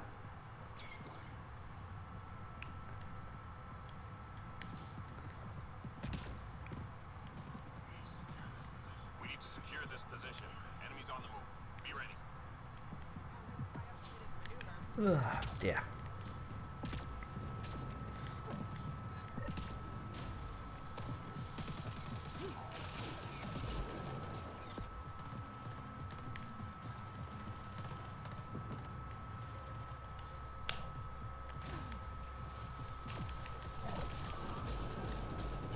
I really want the Hesh with Siphon.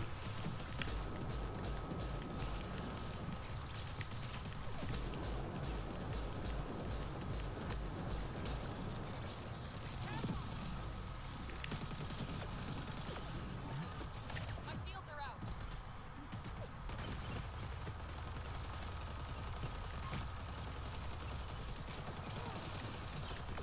Watch yourself.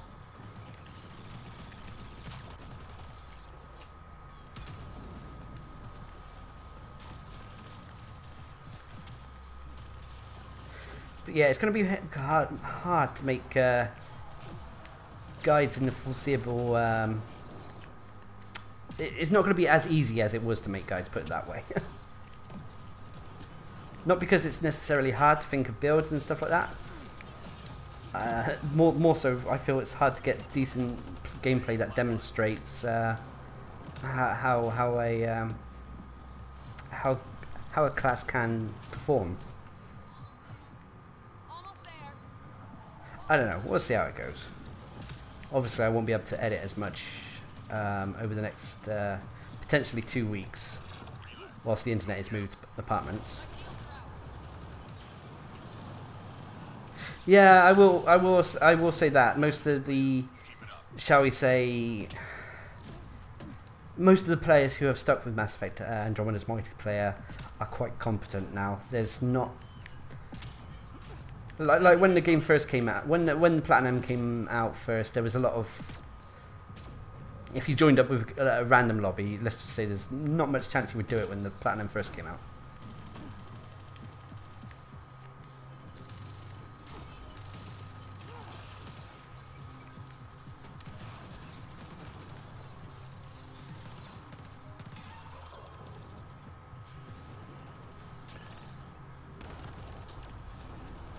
I don't know. Maybe I'm being I might be being a tad bit pessimistic.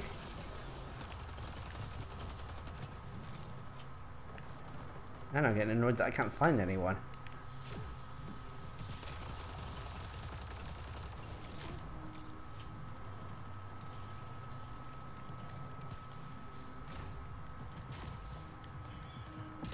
Teammate injured.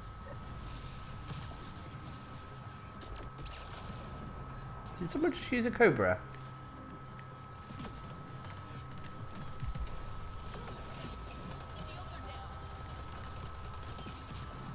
Bit. Don't expect to see a Cobra in the second round on gold. I don't know, maybe it was a oh shit moment. Squad member down.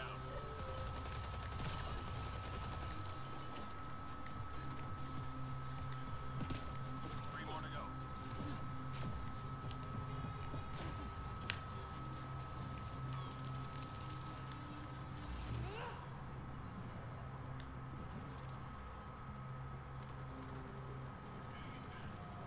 Enemies down. Keep your guard up. Yeah, I mean, I have often thought about the grabbing the PC version. The only issue would be at the moment the streaming setup and that struggles. Well, it struggles to run high-end games for streaming and stuff. That's the main reason that I tend to stream on the consoles for now. More convenient. Although me and Felbunny have often chatted about trying to upgrade to a rig that's, because she likes to stream PC games, things like Sims and so on and stuff like that. A bit more of a laid-back kind of game. But she's always been annoyed that with she likes to do Subnautica as well.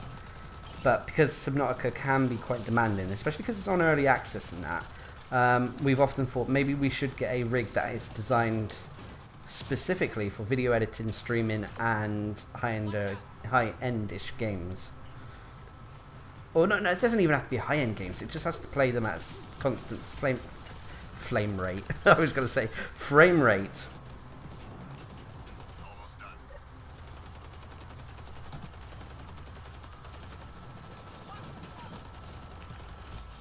Squad member down.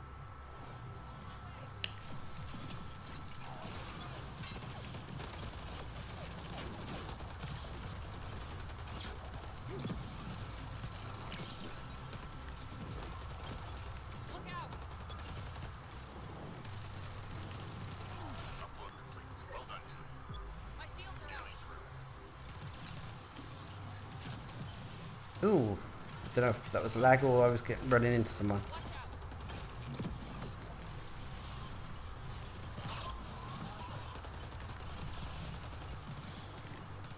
Just 3 hostiles remaining.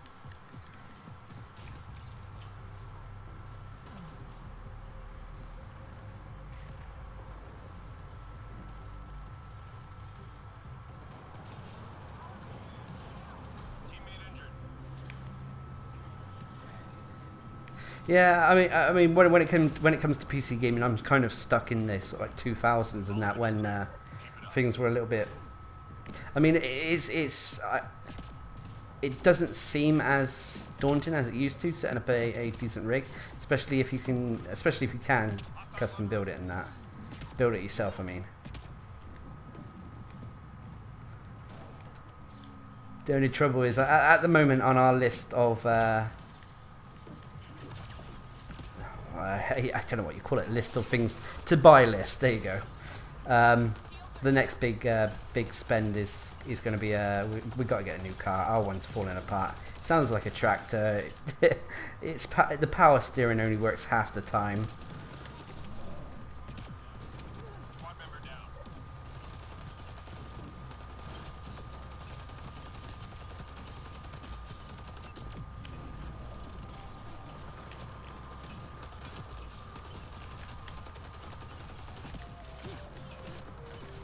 So after that's out the way, we will probably we'll probably upgrade to a decent PC. Lost my shield.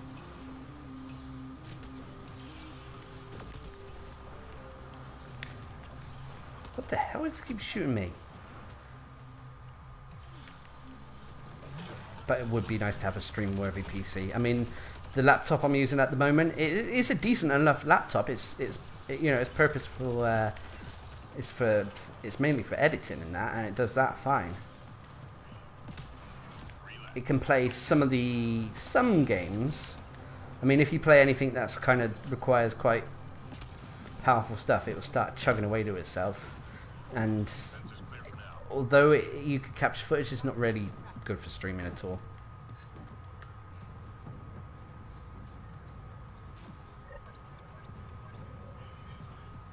Enemies incoming.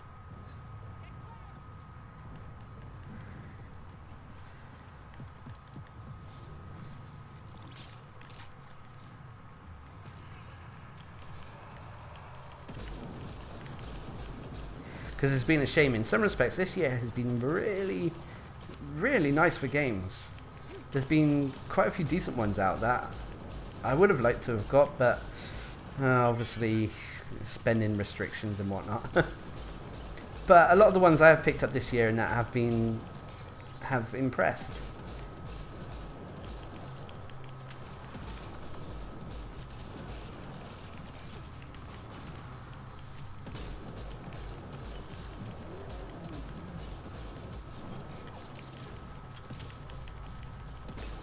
Get hatched.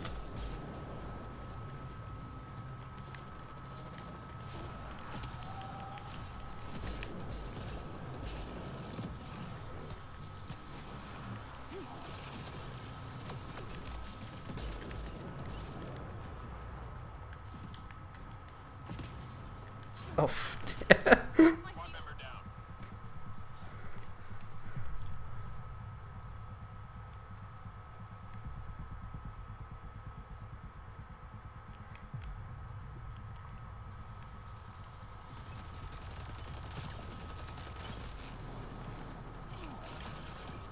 Squad member down. oh god damn it, get up there. Come on. There we go.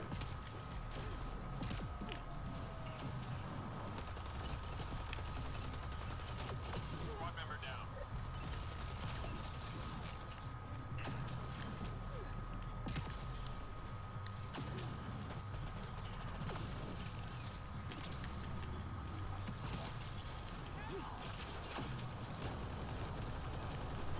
I mean, there's still a few more games that's coming out this year that I would like. I like the South Park, The Fractured Butthole.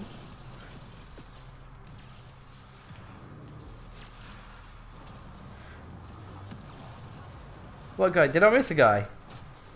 Or was it the guy that the I thought the kineticist was getting? That hurt them. Be ready.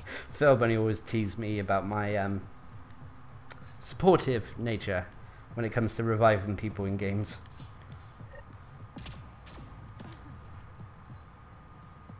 I'm not the heat. You know, when it comes to sort of like games and that, you have archetypes like you know, the healer, support, DPS or damage over time DPS. You got tanks, stuff like that. And the healer has never been me. Even when we played Warcraft, I was always melee DPS. That was what I normally played. Occasionally tank. But as such, he always teases me about having a melee DPS mindset.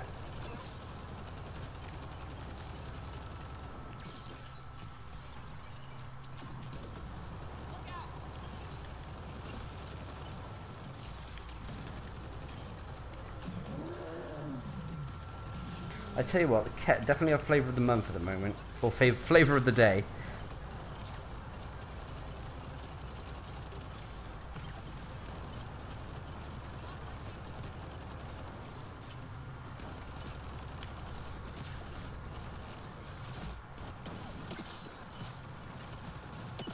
Ouch.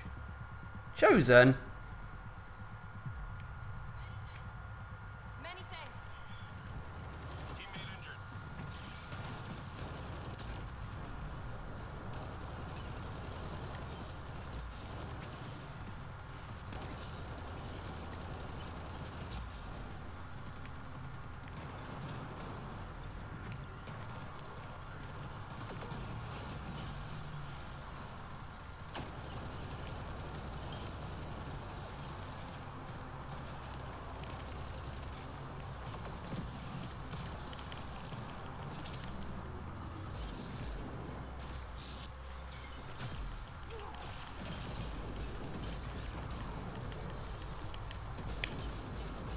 Enemy's clear. Stay alert.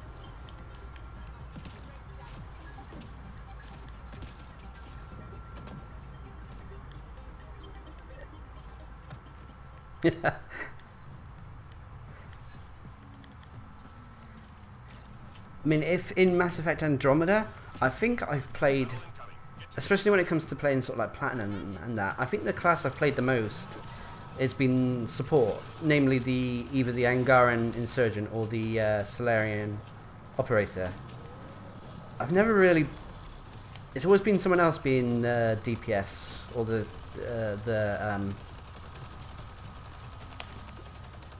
tank or the other roles.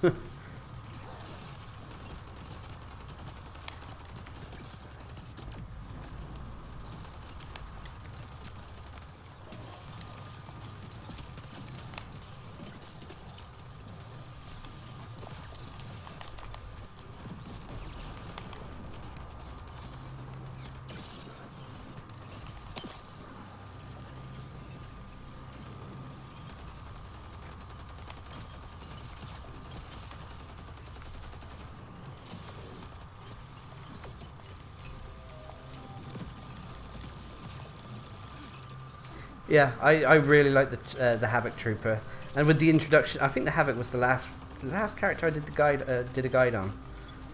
I think she's great, and especially with the introduction of siphon weapons. With siphon weapons, I think she's both tank and DPS in one. It'd probably help if I did that first. Ow. Watch yourself.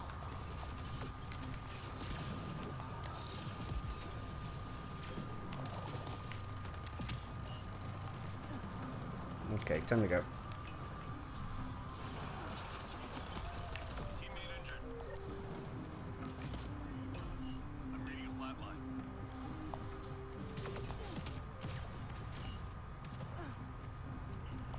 Well, dying on the platform is probably the best place to go down.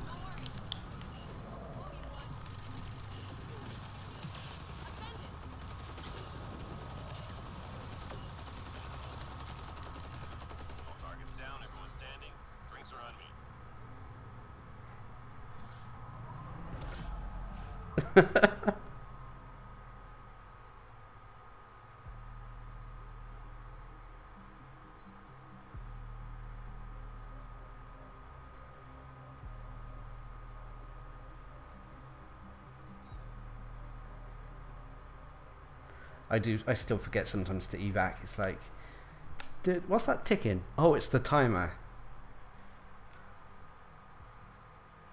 Especially when I'm streaming. When I'm streaming and chatting away to myself, or you guys, or Felbunny when she's here. I don't know, Mass Effect, it kind of just, it breezes past.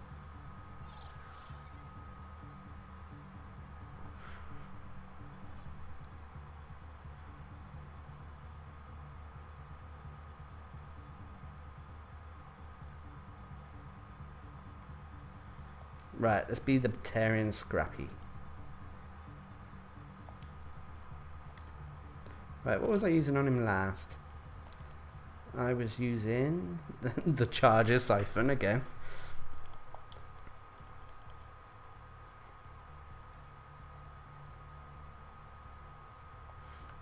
I seem to, I mean, both the Asari Huntress and the Angaran Avenger I think are the best for Platinum. Just simply because of stealth grid. I tend to use the Angaran Avenger more than the Huntress.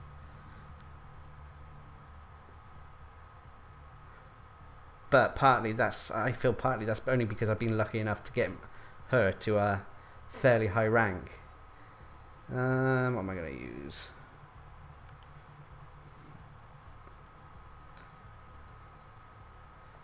Can I get away with using that?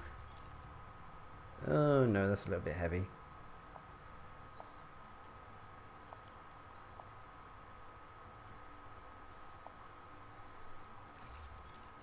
Let's use the darn. I ain't used that for a while. Rub it into Gizmo a bit.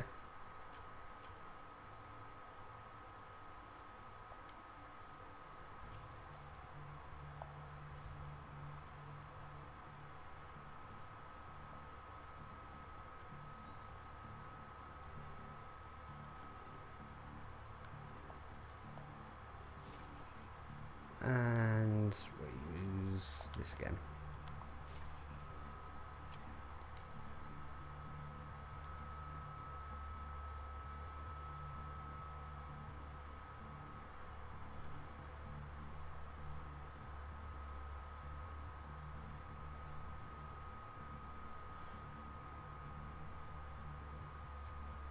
I always use the Charger Siphon and the Hesh.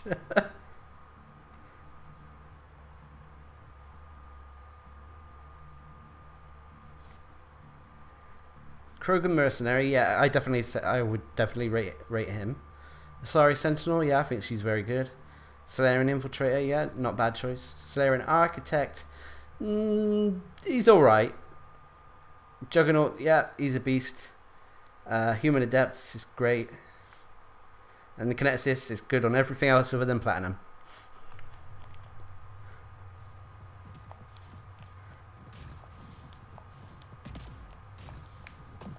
Well, I still have the... Oh, wait, I kept the Hornet on. Whoops. We need to secure this position. Enemies on the move. Be ready.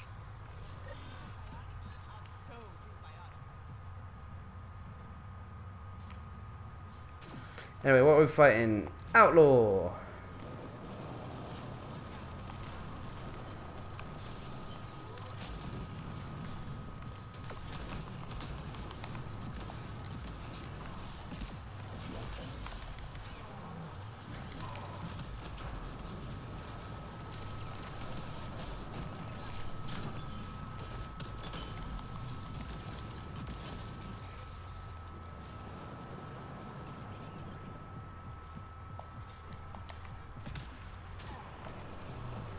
Oh, damn shields.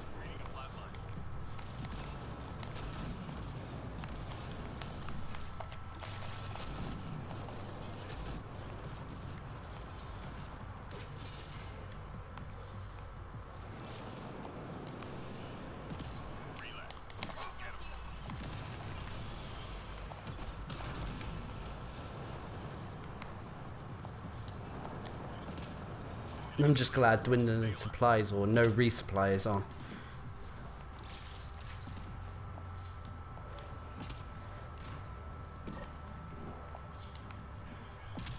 Enemies headed your way.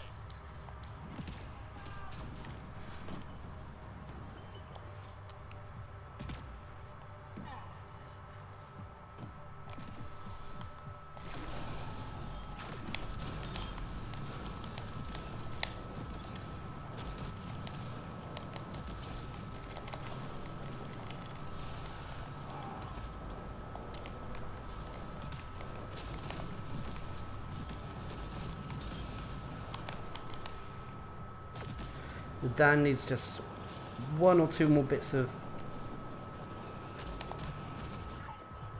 I'm reading a flat line. God damn it.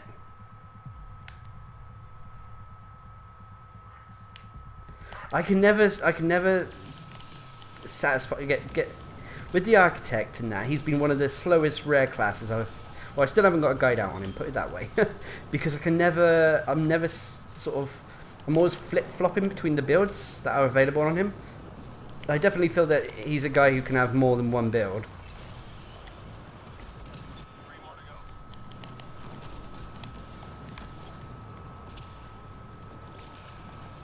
Sensors clear for now. Great shooting. How did he die?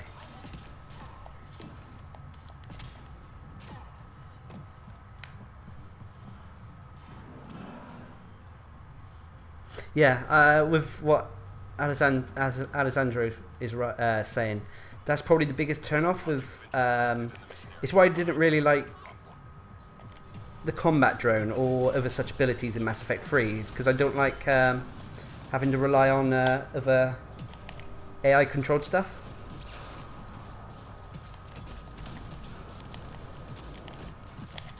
Artifact is secure.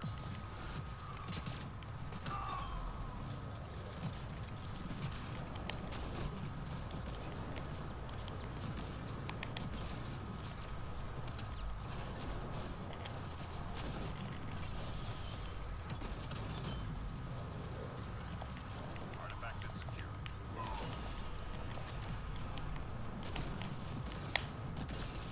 Where did that Hydra go?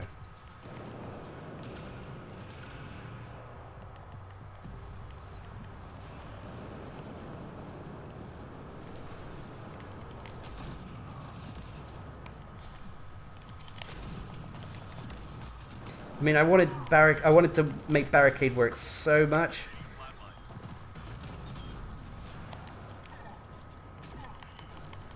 Hang in there, Apex. Artifact is secure.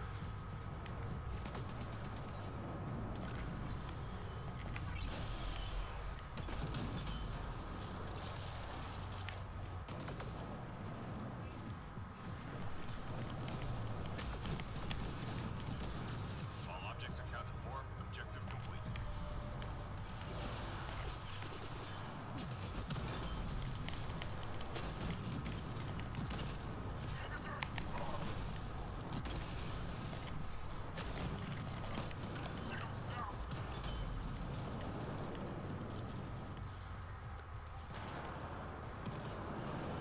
Just 3 hostiles remaining.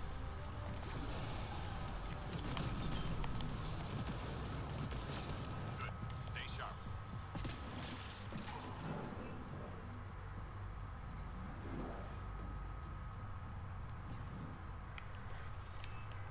Maybe I should try go for the it's late. it's 5 past midnight. Luckily they haven't turned my internet off yet, actually. Maybe I should drop barricade altogether and work on a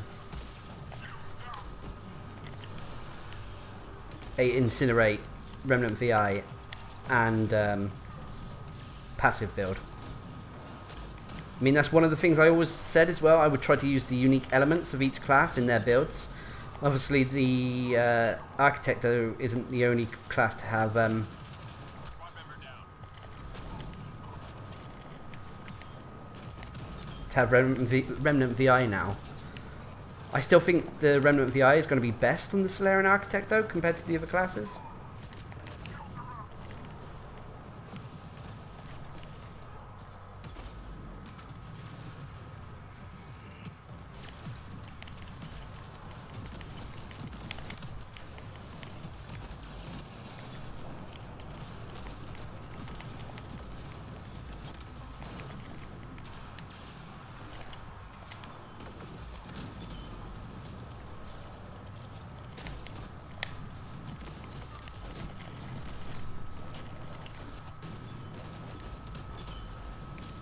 Ah, god damn it! Get off me. I mean, I don't know. Some characters, for me personally, some characters, their build kind of just clicked. For example, I really like the build that the power focus build on the Batarian Scrapper.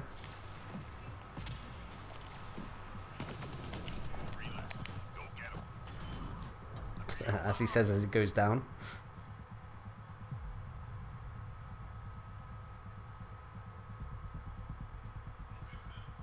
All clear for now.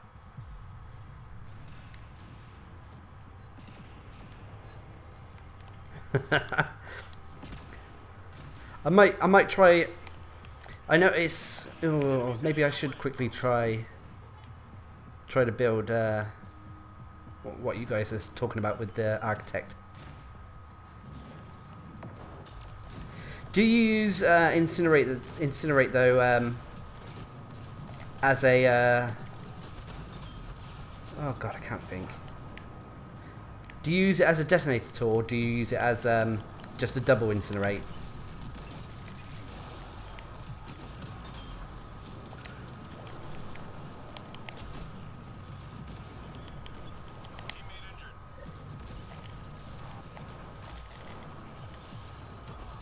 Oh, that was a little bit of a graphic glitch there.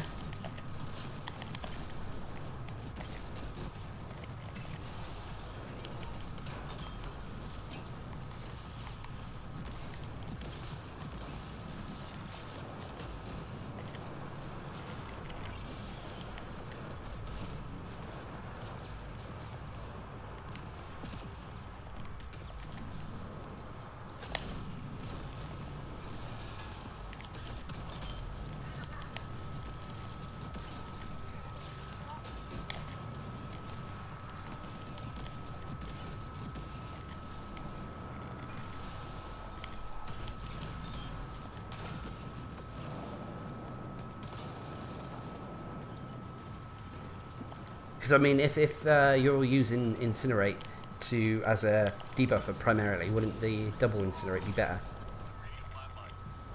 I think it's double incinerate it's called. But anyway, the incinerate that basically throws 2 fireballs out instead of 1.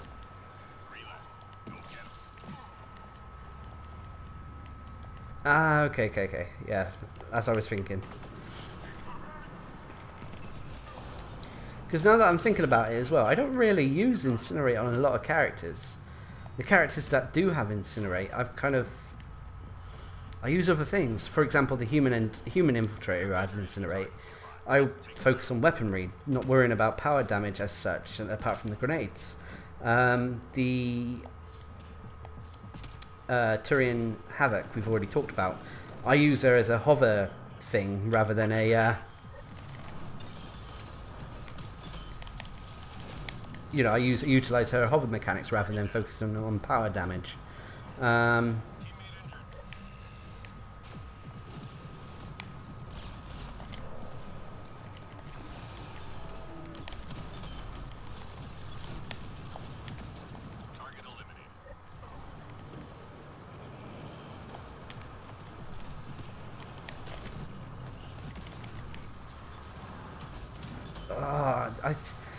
I can see, Bantius, why you like this guy. His moves and abilities, they all synergize really well.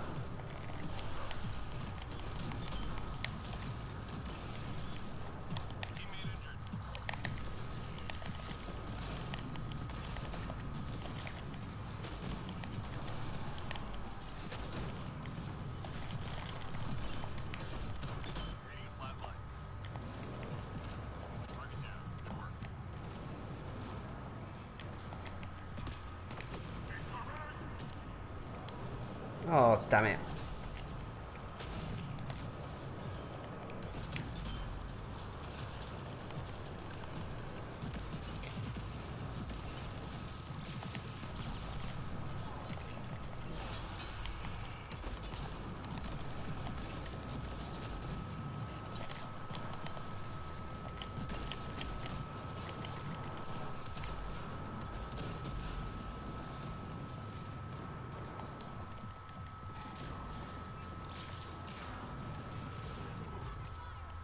Okay, don't worry about combos on the Architect. Alright, I'm gonna...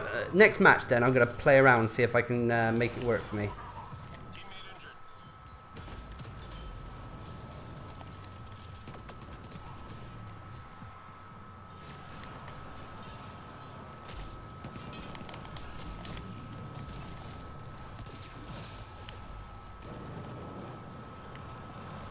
Reload. We're tracking reinforcements.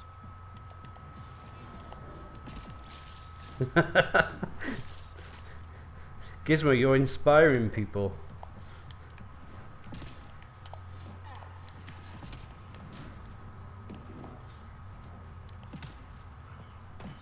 Time to go. Get to the extraction site.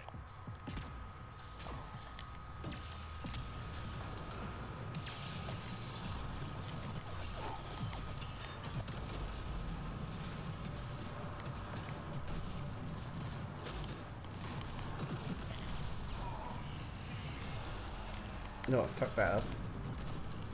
Reading a flat line.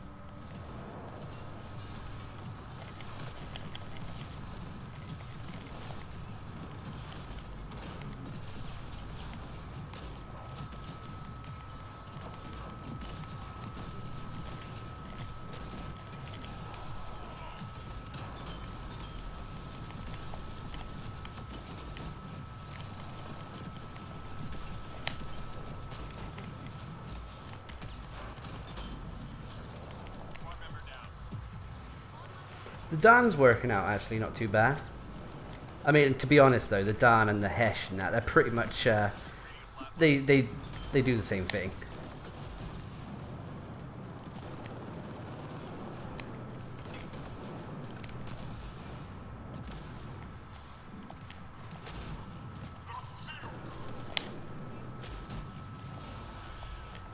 Teammate injured.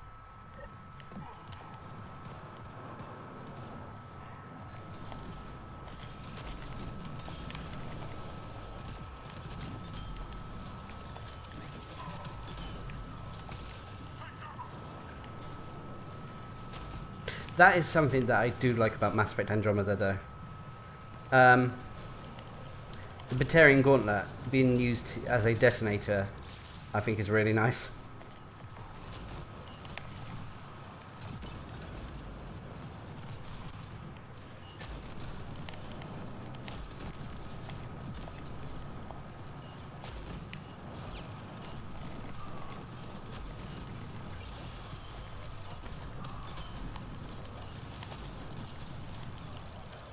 All targets down. Everyone's Yay, nicely done. around me.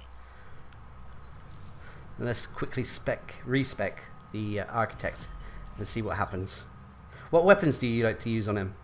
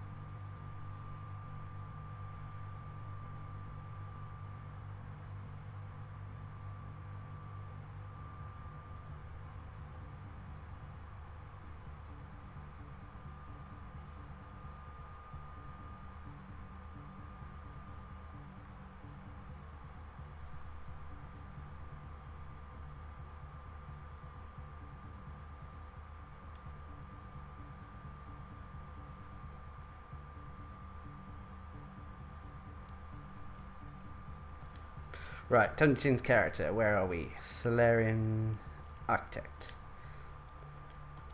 What was I using? Oh yeah, I was trying to balance one last time. Okay.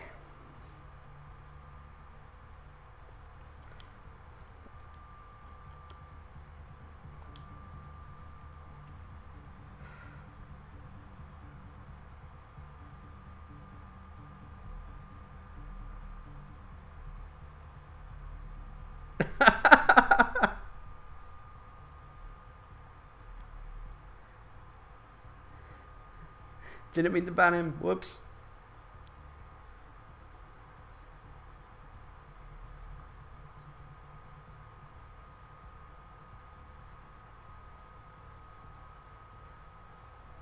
Alright, I'll try the Scorpion. Scorpion's fine. I really like that weapon.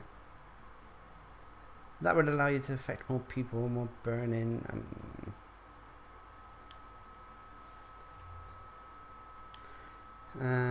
Let's try that.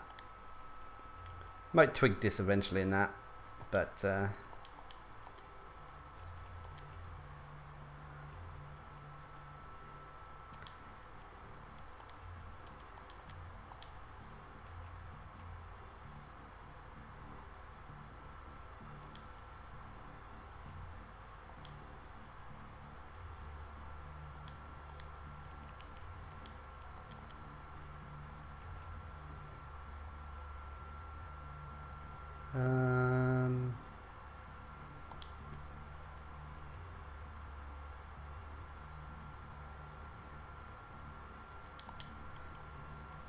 let's try that.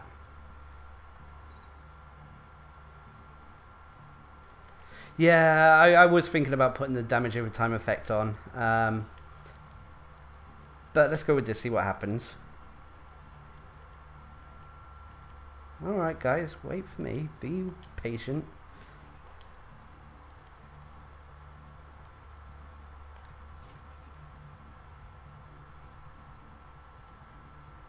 Oh, I was using the skin, the venom and the thingy anyway.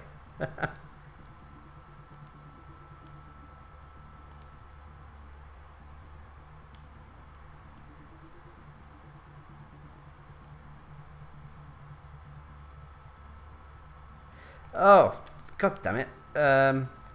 What did I go for? I went for the opposite one.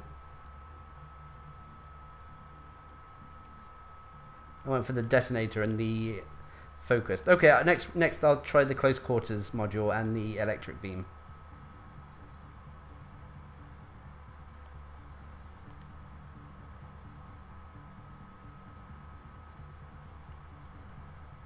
It's only gold. Level 15 is fine.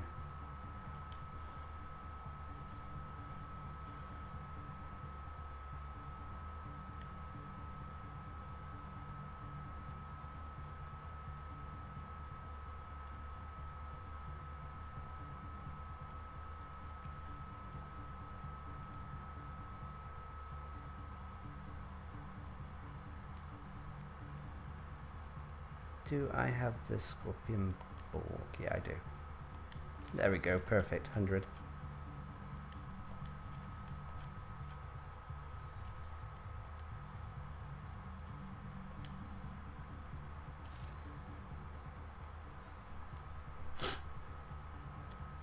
Are those two trying to kick each other?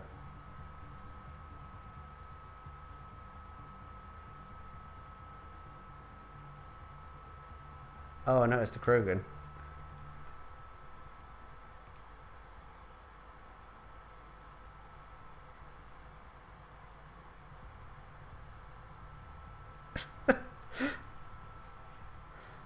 Oh, this is amusing.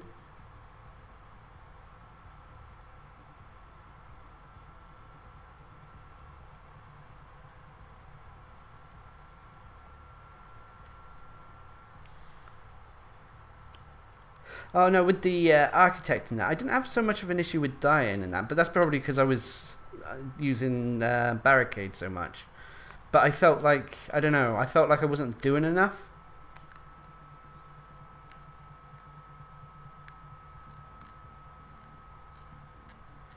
Yeah, that Krogan probably didn't like playing with the level 15. But the kineticist, she's been doing fine.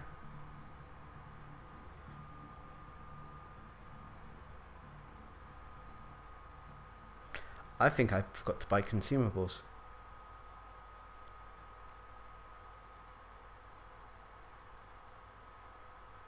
Oh.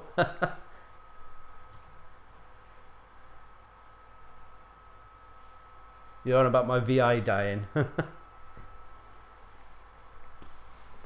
I don't know, when I sometimes I like it when the VI stays near me. Right, come on you, where are you? VI. Ah, there you are.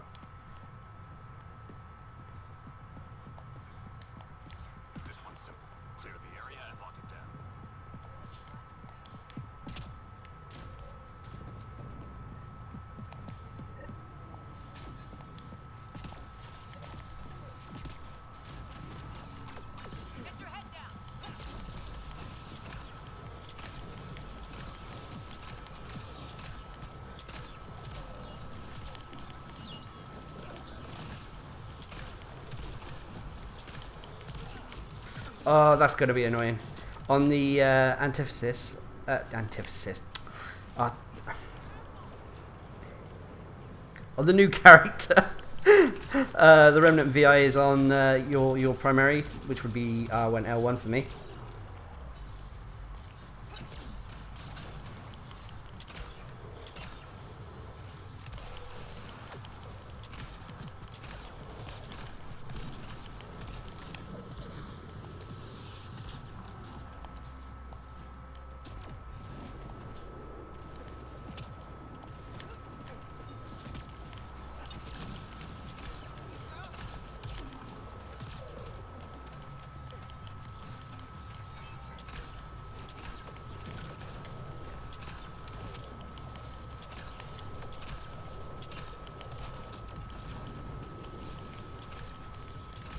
I don't think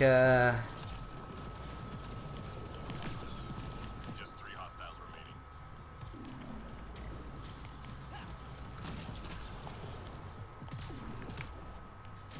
the Remnant are the best enemy.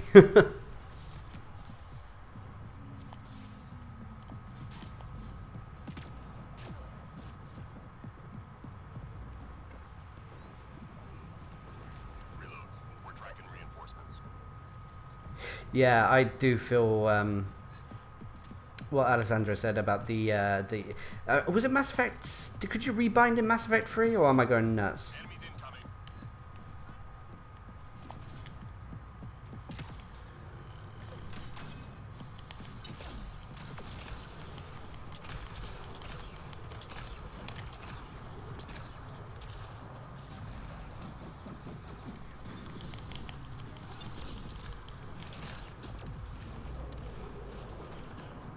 Squad member down.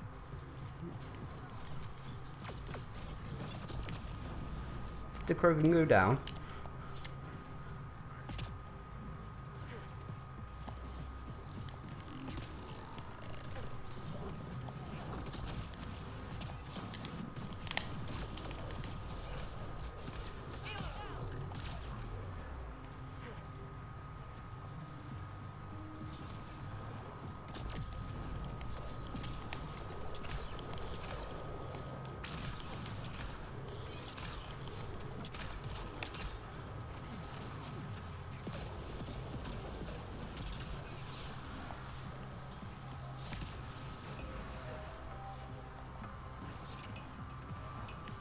Well, I will say it seems to be going all right at the moment.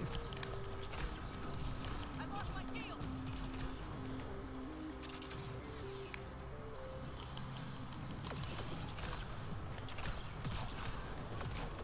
Watch the fire. Just 3 hostiles remaining. I have no first aid packs. Oh, thanks for reminding me.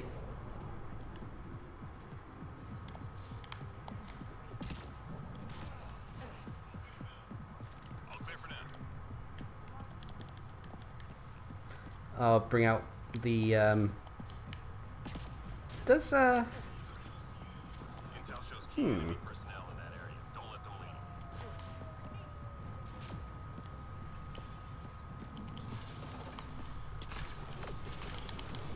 Get your head down.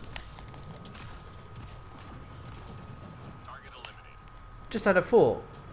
The Another priority target. Bulwark seems to be triggered from your Remnant VI.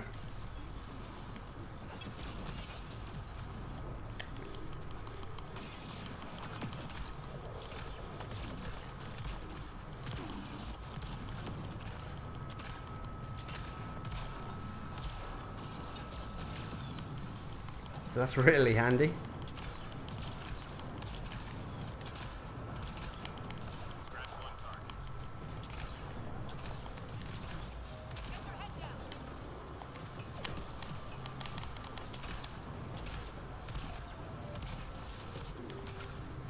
It's a progenitor.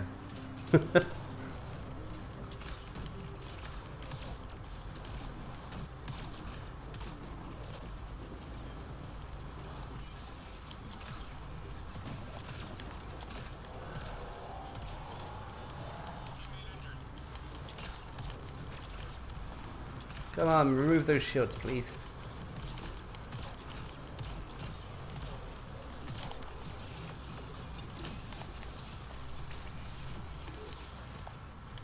God, he's fast. Still tracking a target.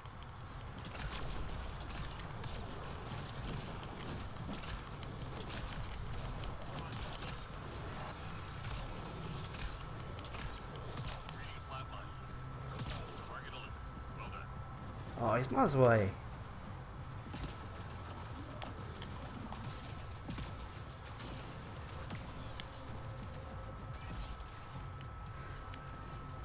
I'm on my way.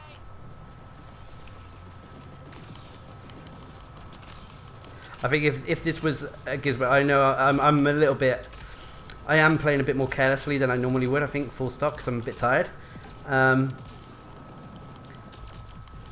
But I can, no, I can definitely see this working.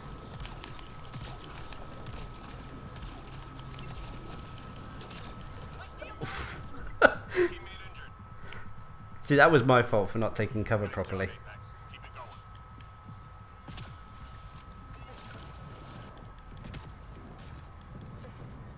Oh, a bulwark is triggered when you stand next to someone and you got a bulwark weapon. You'll have that blue glowy cloud around you, whereas if you're on your own, let me see if I can get somewhere on my own without even my Remnant VI following me.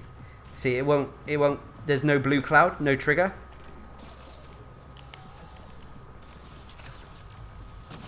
I don't know, maybe it's not the Remnant VI and it's someone was just happened to be close to me that I didn't notice.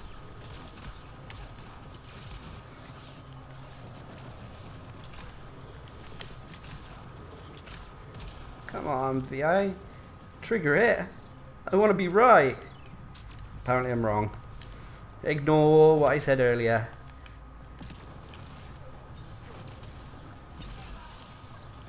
Oh no.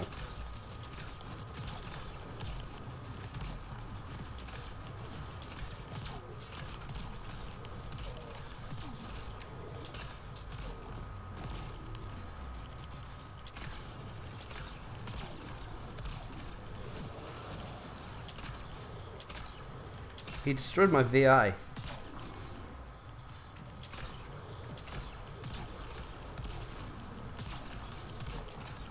That would have been really good though if it had triggered it.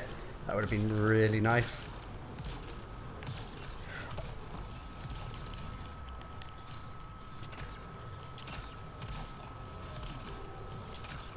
Come back here. I'm working so hard and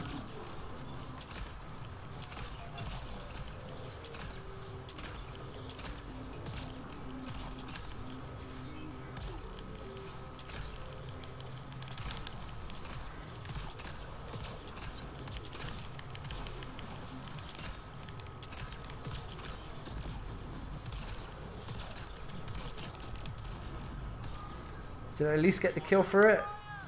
I think I spent all that round doing that guy. That guy. It's not a guy, it's a machine.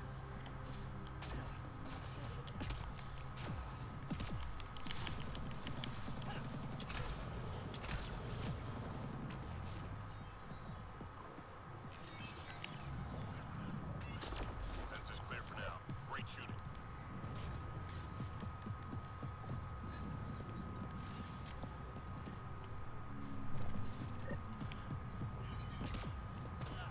Enemies incoming. Can't remember what level my bulwark weapon is. I know the Scorpion is one of the higher ones I have.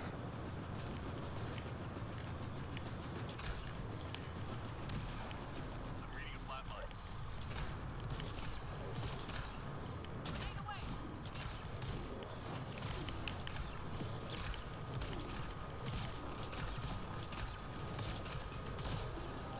Did they? Yeah, they did get the other.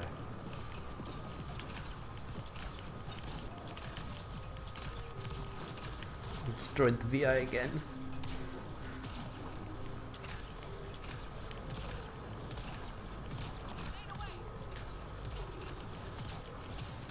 See, at first I spec the VI the way I did because sometimes I don't like how he seems to run off and get killed, but he's doing that regardless of having that 200 health. So it's like, well, might as well give him the health then.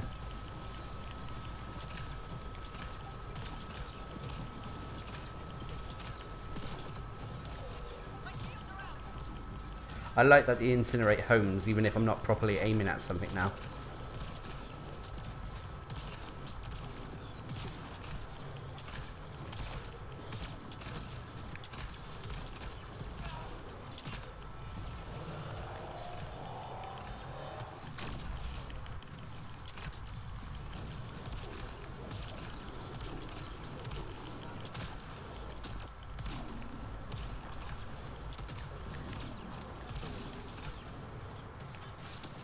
Yeah, I think a few slight amendments I might make. I might put the damage over time effect, the burning dot. I would probably choose that over radius now because stuff is dying so quickly. I mean, okay, that might be a thing only to consider on gold, but I can imagine the same being on platinum as well. Just 3 hostiles remaining.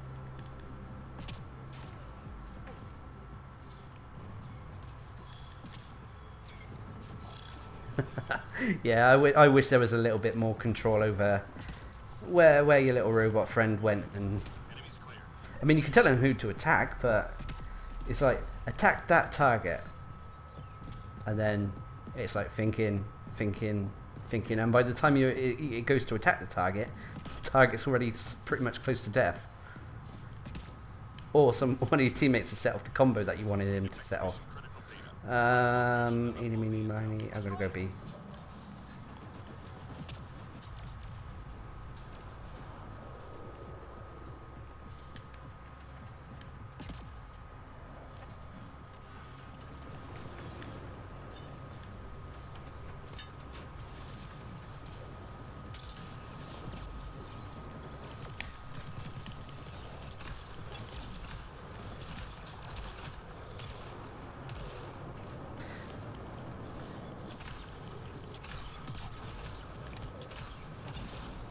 I mean, I must confess, the bonuses from elemental tech in that, I think I neglected a bit.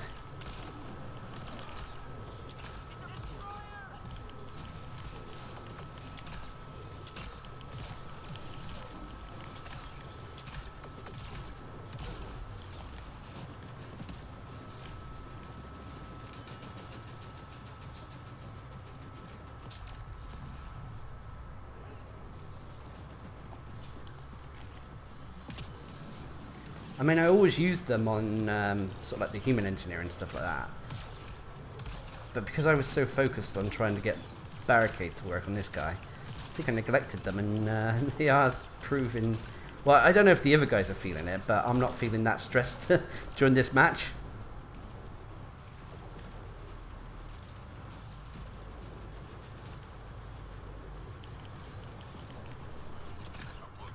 Well done, team. Almost done.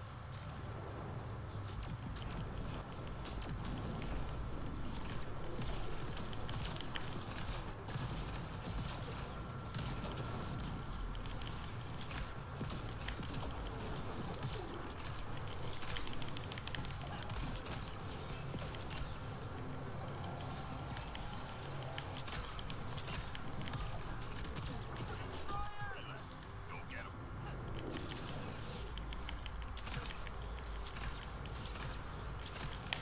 I've lost my shield.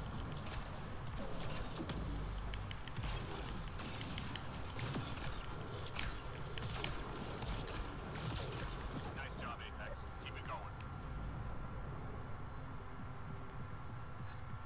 Yeah, in theory, barricade. I mean, there is a... I feel barricade works okay on the human sentinel. Yeah.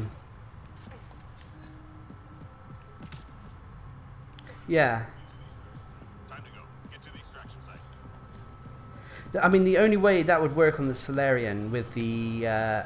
obviously his lack of a detonator would be to either rely on your Remnant VI or turn Incinerate into a detonator with the 6A evolution. Is it 6A?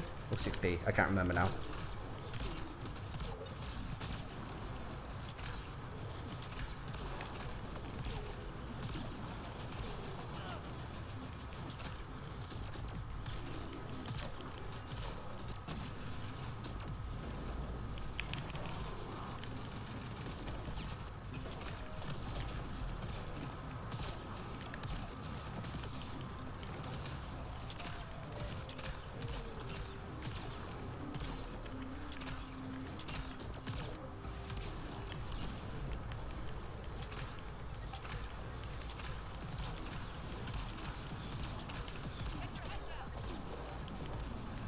Oh, what the? Oh. Member down. Do you think anyone's going to get me? No, I've got to get myself up.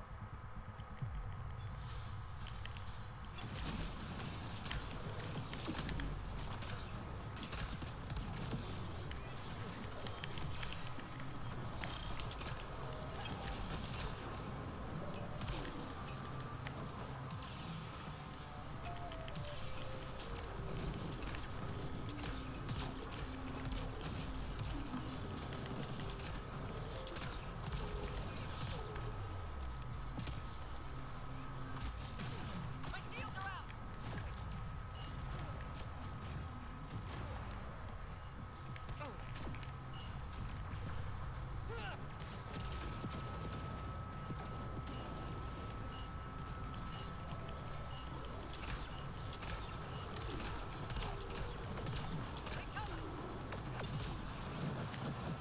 All targets down and Huh, standing. cool. Drinks are on me.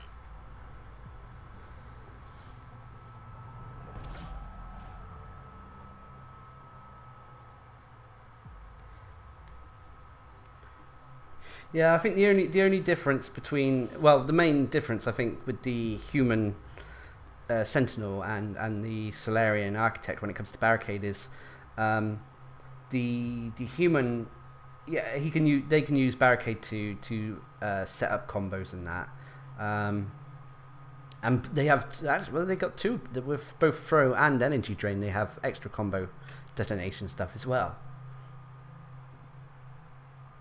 which I think does it complements barricade a little bit better than just having the single controllable detonator in Incinerate for the Architect.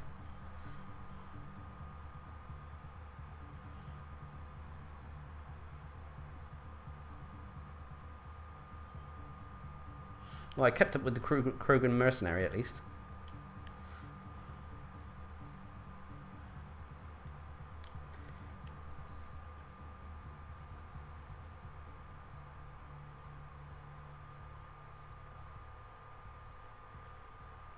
Right, let's quickly change this a sec.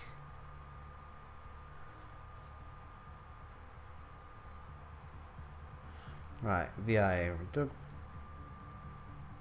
dub dub dub, and the electric beam burning, impact double.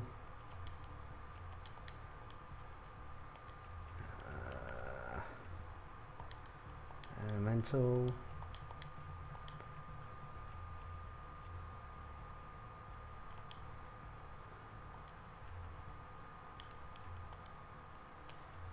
There we go.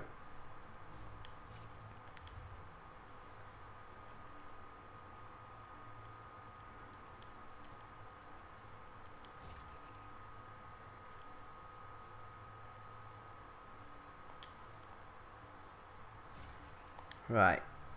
I remembered to buy a pack this time.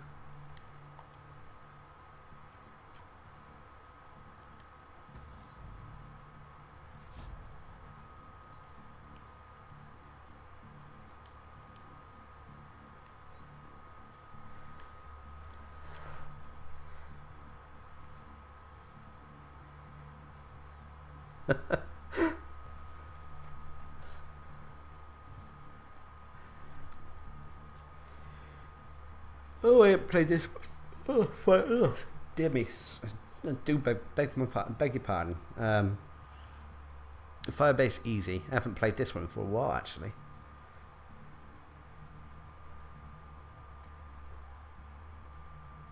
I shouldn't say this is Firebase easy, because on Platinum it can be kind of tricky, depending on what objective rounds and that you get.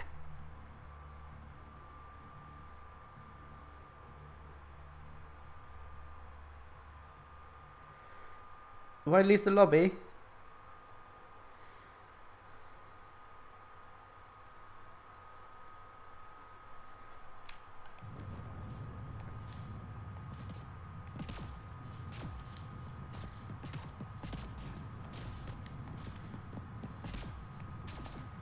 This one's simple. Clear the area and lock it down. Enemies headed your way.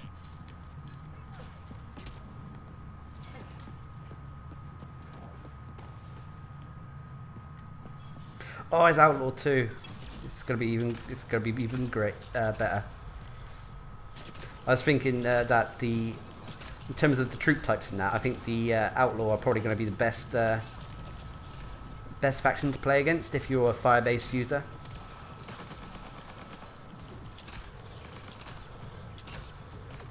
Watch their fire.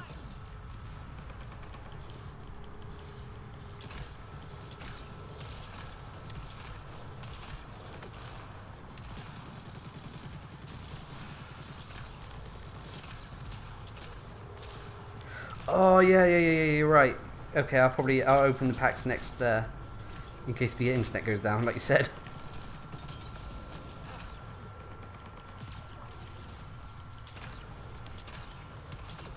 Get your head down.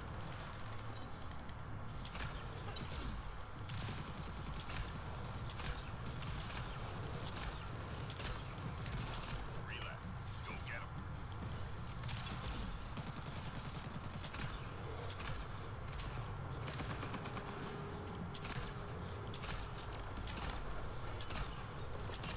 My ammo's gone.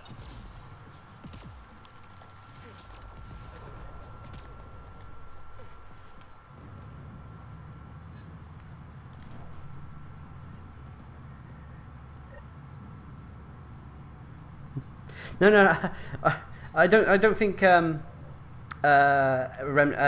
are the easiest per se. I think if you have abilities that struggle against armor, for example, I think Outlaw are a nasty faction to go against. I just feel for the Solarian, I think with the Incinerate, I think that it comes in quite nice. You don't have to worry about getting through so many shields.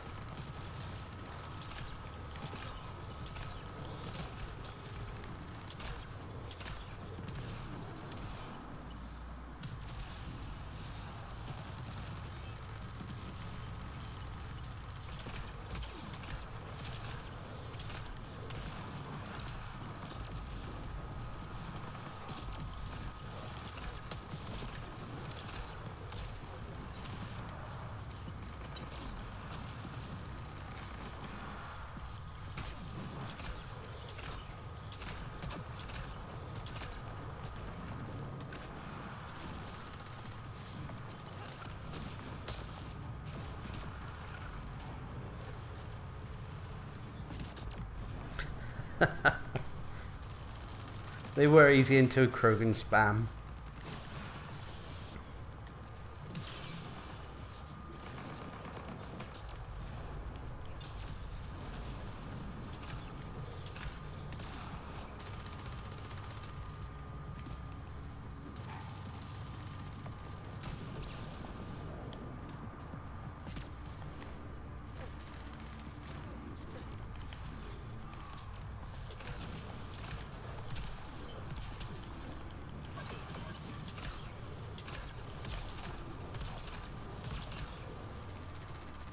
I see the others are running around the map, so I kind of got to join them.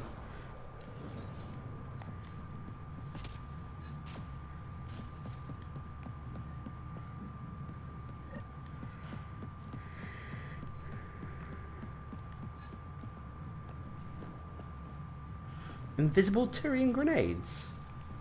Is that a bug? Hydra.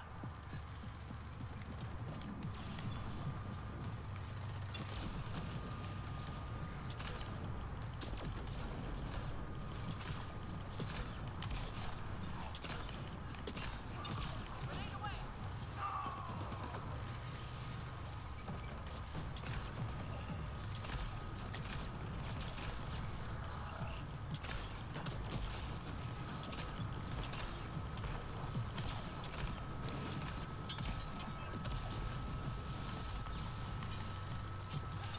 doesn't help that I think we got an Artificer in the group.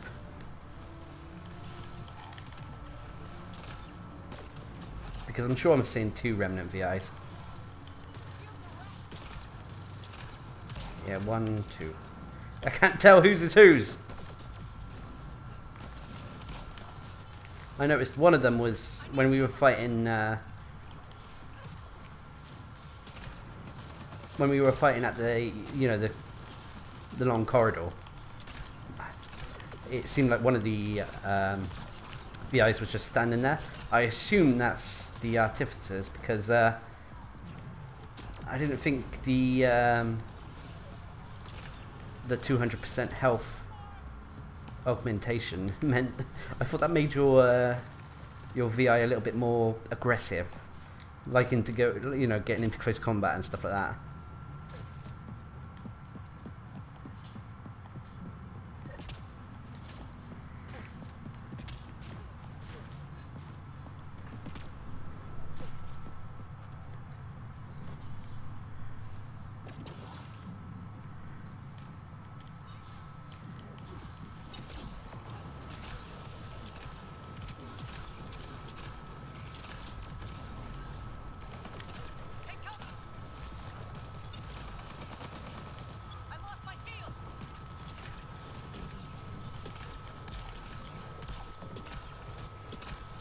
Oh, my VI's dead.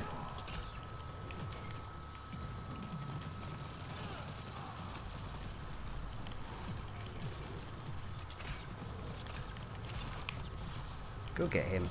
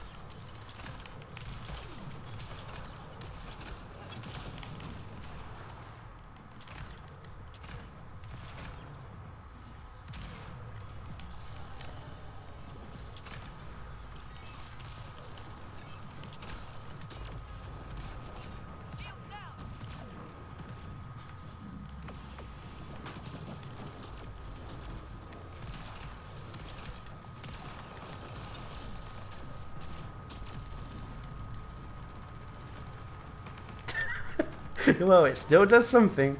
I tell you what, Nat, if I ever get, I think, obviously with the YouTube changing things and that for live streaming and that, if I ever get to the point where I can do custom emojis, I am definitely doing an emoji of the Remnant VI.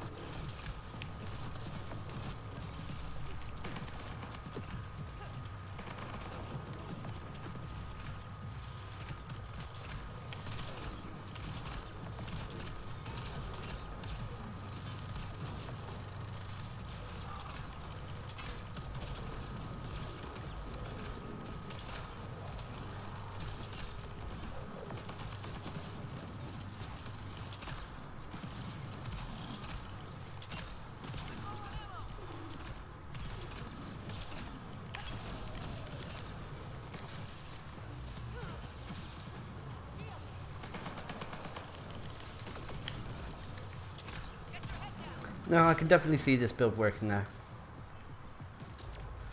And it's a little bit, although I do like Barricade, and I think the Barricade Detonate, Incinerate could work.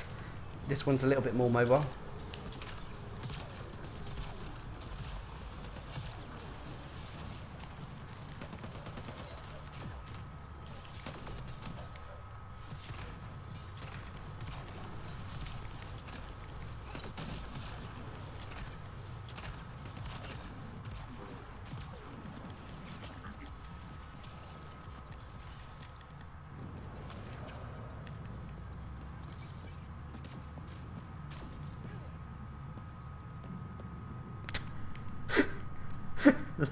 That's the best quote of 2017. Remnant VI. Well, it works sometimes. I think that's quite a charming factor about it. Oh, it's off somewhere. Bye bye.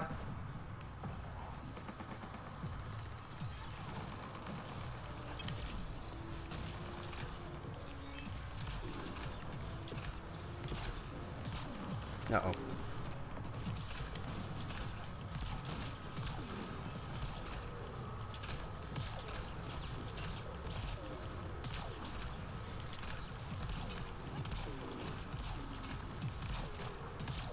Ah, that worked out all right.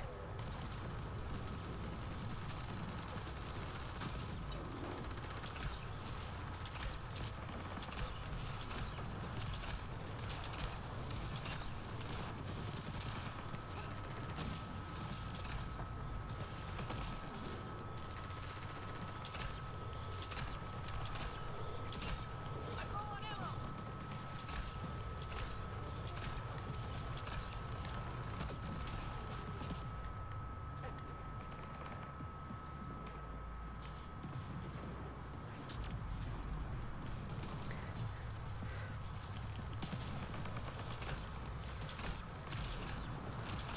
I think what you guys are on about, the backlash being able to bounce back the Ascendant orb thing, I think that's great, especially since the Ascendant got nerfed in that, where the bouncing his balls back at him does a significant amount of damage to him, which I think is really worth it. It makes going, you know, investing in backlash all the more satisfying.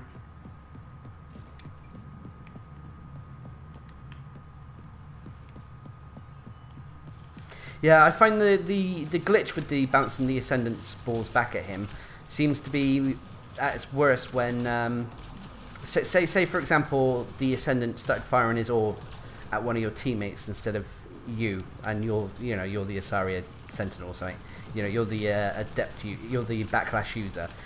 If it's not directly at you, it seems that it's really hard to catch it, and that it doesn't quite work as intended.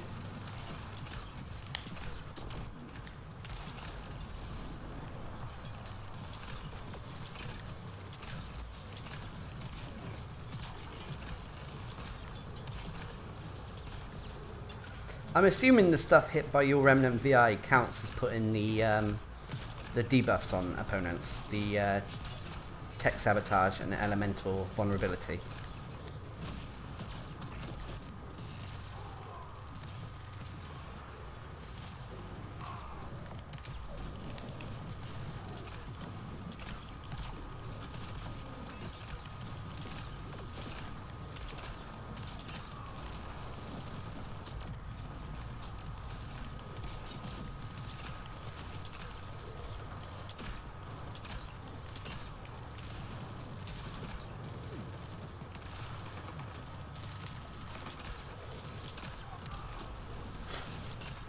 Oh, when I'm tired, I take the long way round into it when it comes to explaining things. Oh, time to move.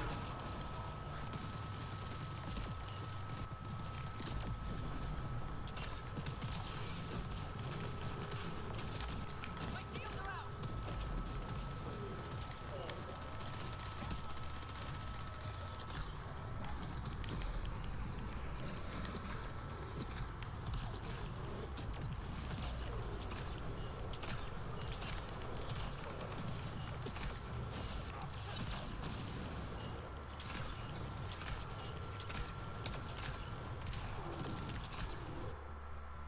Hello Hooch, welcome to the stream.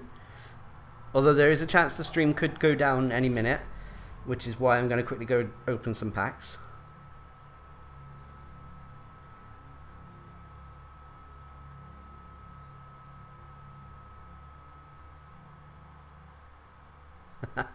Alessandro, that's my thoughts exactly. Sometimes when making up sort of like the guide videos and stuff like, you know, more in-depth stuff, it's like, just tell me if it's supposed to work this way or not. And there's no sort of training mode either or anything like that. There's, okay, you can play replay the tutorial mission, which sometimes sometimes help, especially if you guys. I think there's a few mods on PC that allow you to sort of like see damage numbers and that. But if you're stuck on console, then it's it doesn't quite work out that way.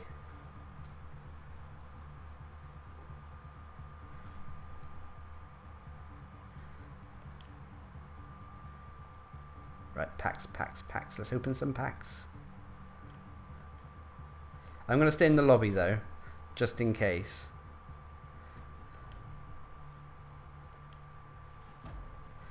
Remnant Siphon 2.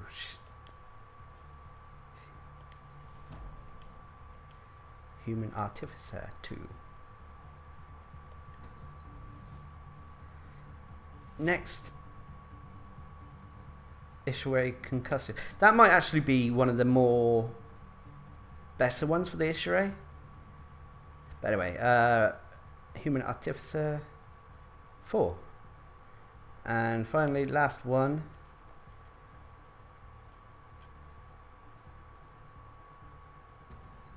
Oh, at least I got an N7. Let's hope it's a character.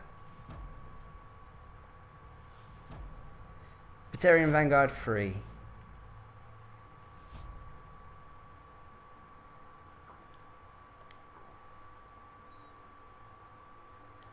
My Batarian Vanguard's quite low level at the moment, I think. Yeah, they are.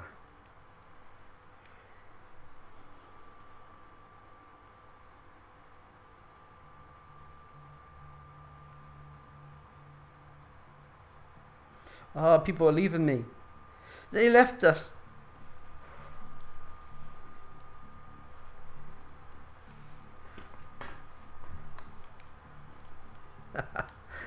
I think Felbun is the only one that really seems to love the Ishiray. I mean, I'm some of the characters I kind of hold off passing judgment on until I've got them to, at least rank 10. But some of the characters are still lagging behind. Like, I've only got the Exemplar to rank 2. He seems to elude me whenever I get open a pack. But I did get some more points for her, I think. Rank 4.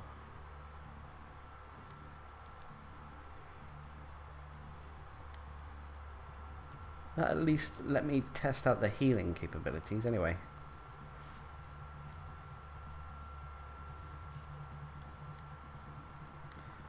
Right, have any of these reset except for the platinum one?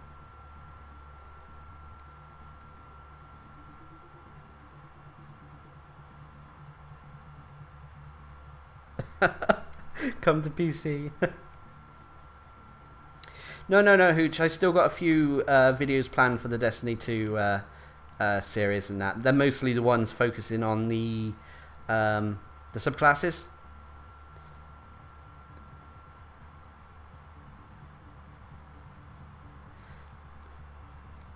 The main reason why videos have kind of dried up a little bit is we are moving apartments, and the past 2 weeks have been a bit hectic. And tonight is probably the last night we've got.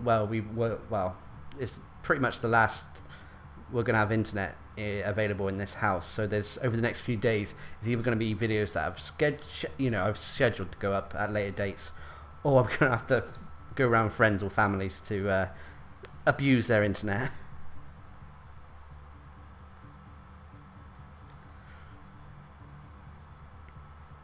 I mean, I had thought of one doing a video covering the raid, but a lot of people have already covered the raid, and it's been done to death in that.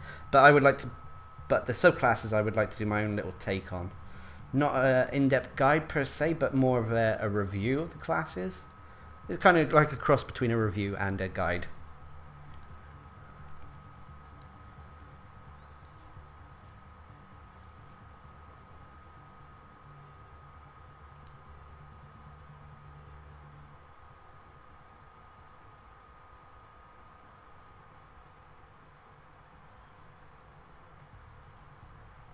What is my gladiator at? Yeah, I was going to say I'd pretty much accept any friend's request on PlayStation. It's all lowercase, just Darcblade, all lowercase with a C.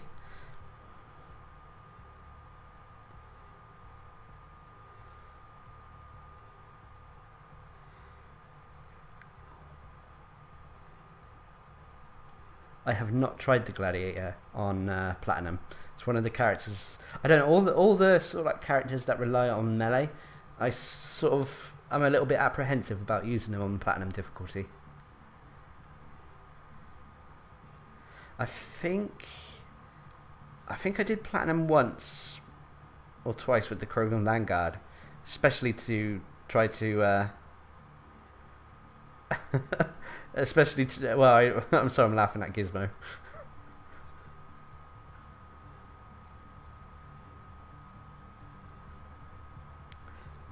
I think I used the Krogan Vanguard a few times on Platinum to satisfy Lozzie's desires.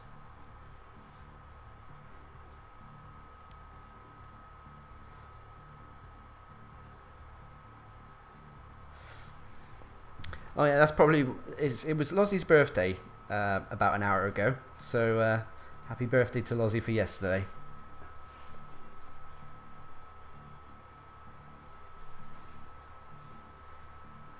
That's probably why he's not here for the stream. Although it is Mass Effect, and I think he's done with Mass Effect.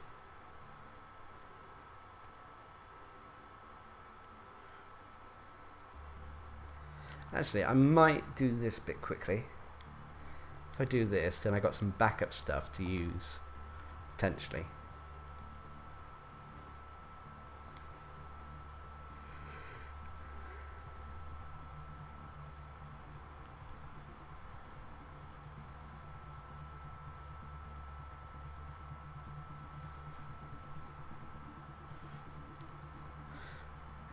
I don't have notifications on at the moment, so friends request.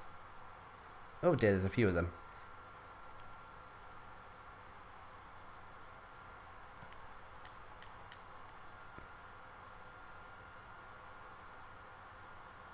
Oops, I didn't get a chance to.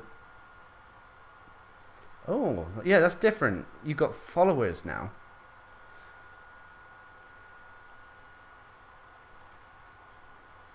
Oh yeah, when with the XCOM Enemy Unknown, sorry, XCOM War of the Chosen DLC on the PlayStation, it gave you this this theme.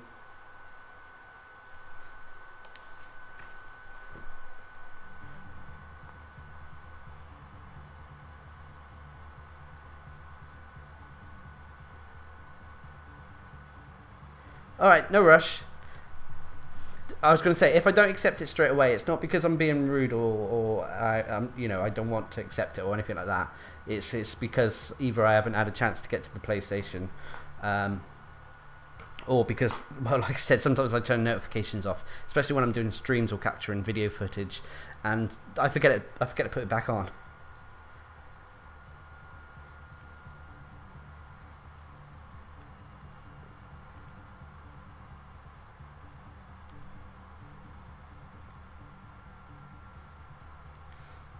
Anyway, did rank 3 give me another customization option? What do we have for this one?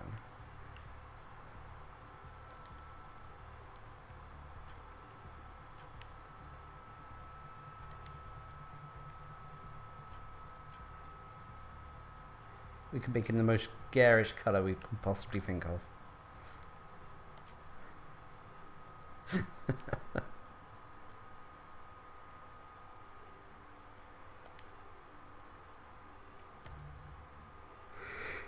Oh dear. Well, the internet hasn't gone down yet, so that's something. Oh, I thought the stream had died then.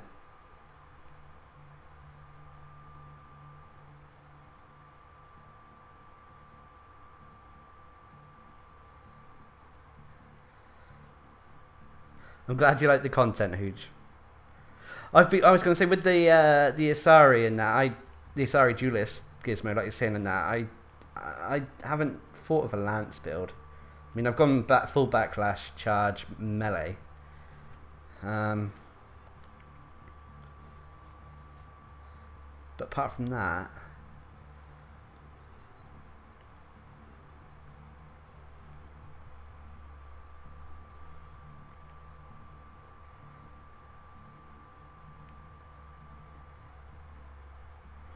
Yeah, one of the greatest things about the Duelist is she feels a lot tankier than she is, but that's because, like you mentioned, the iframes or invincibility frames for those of you who aren't aware that what iframes means.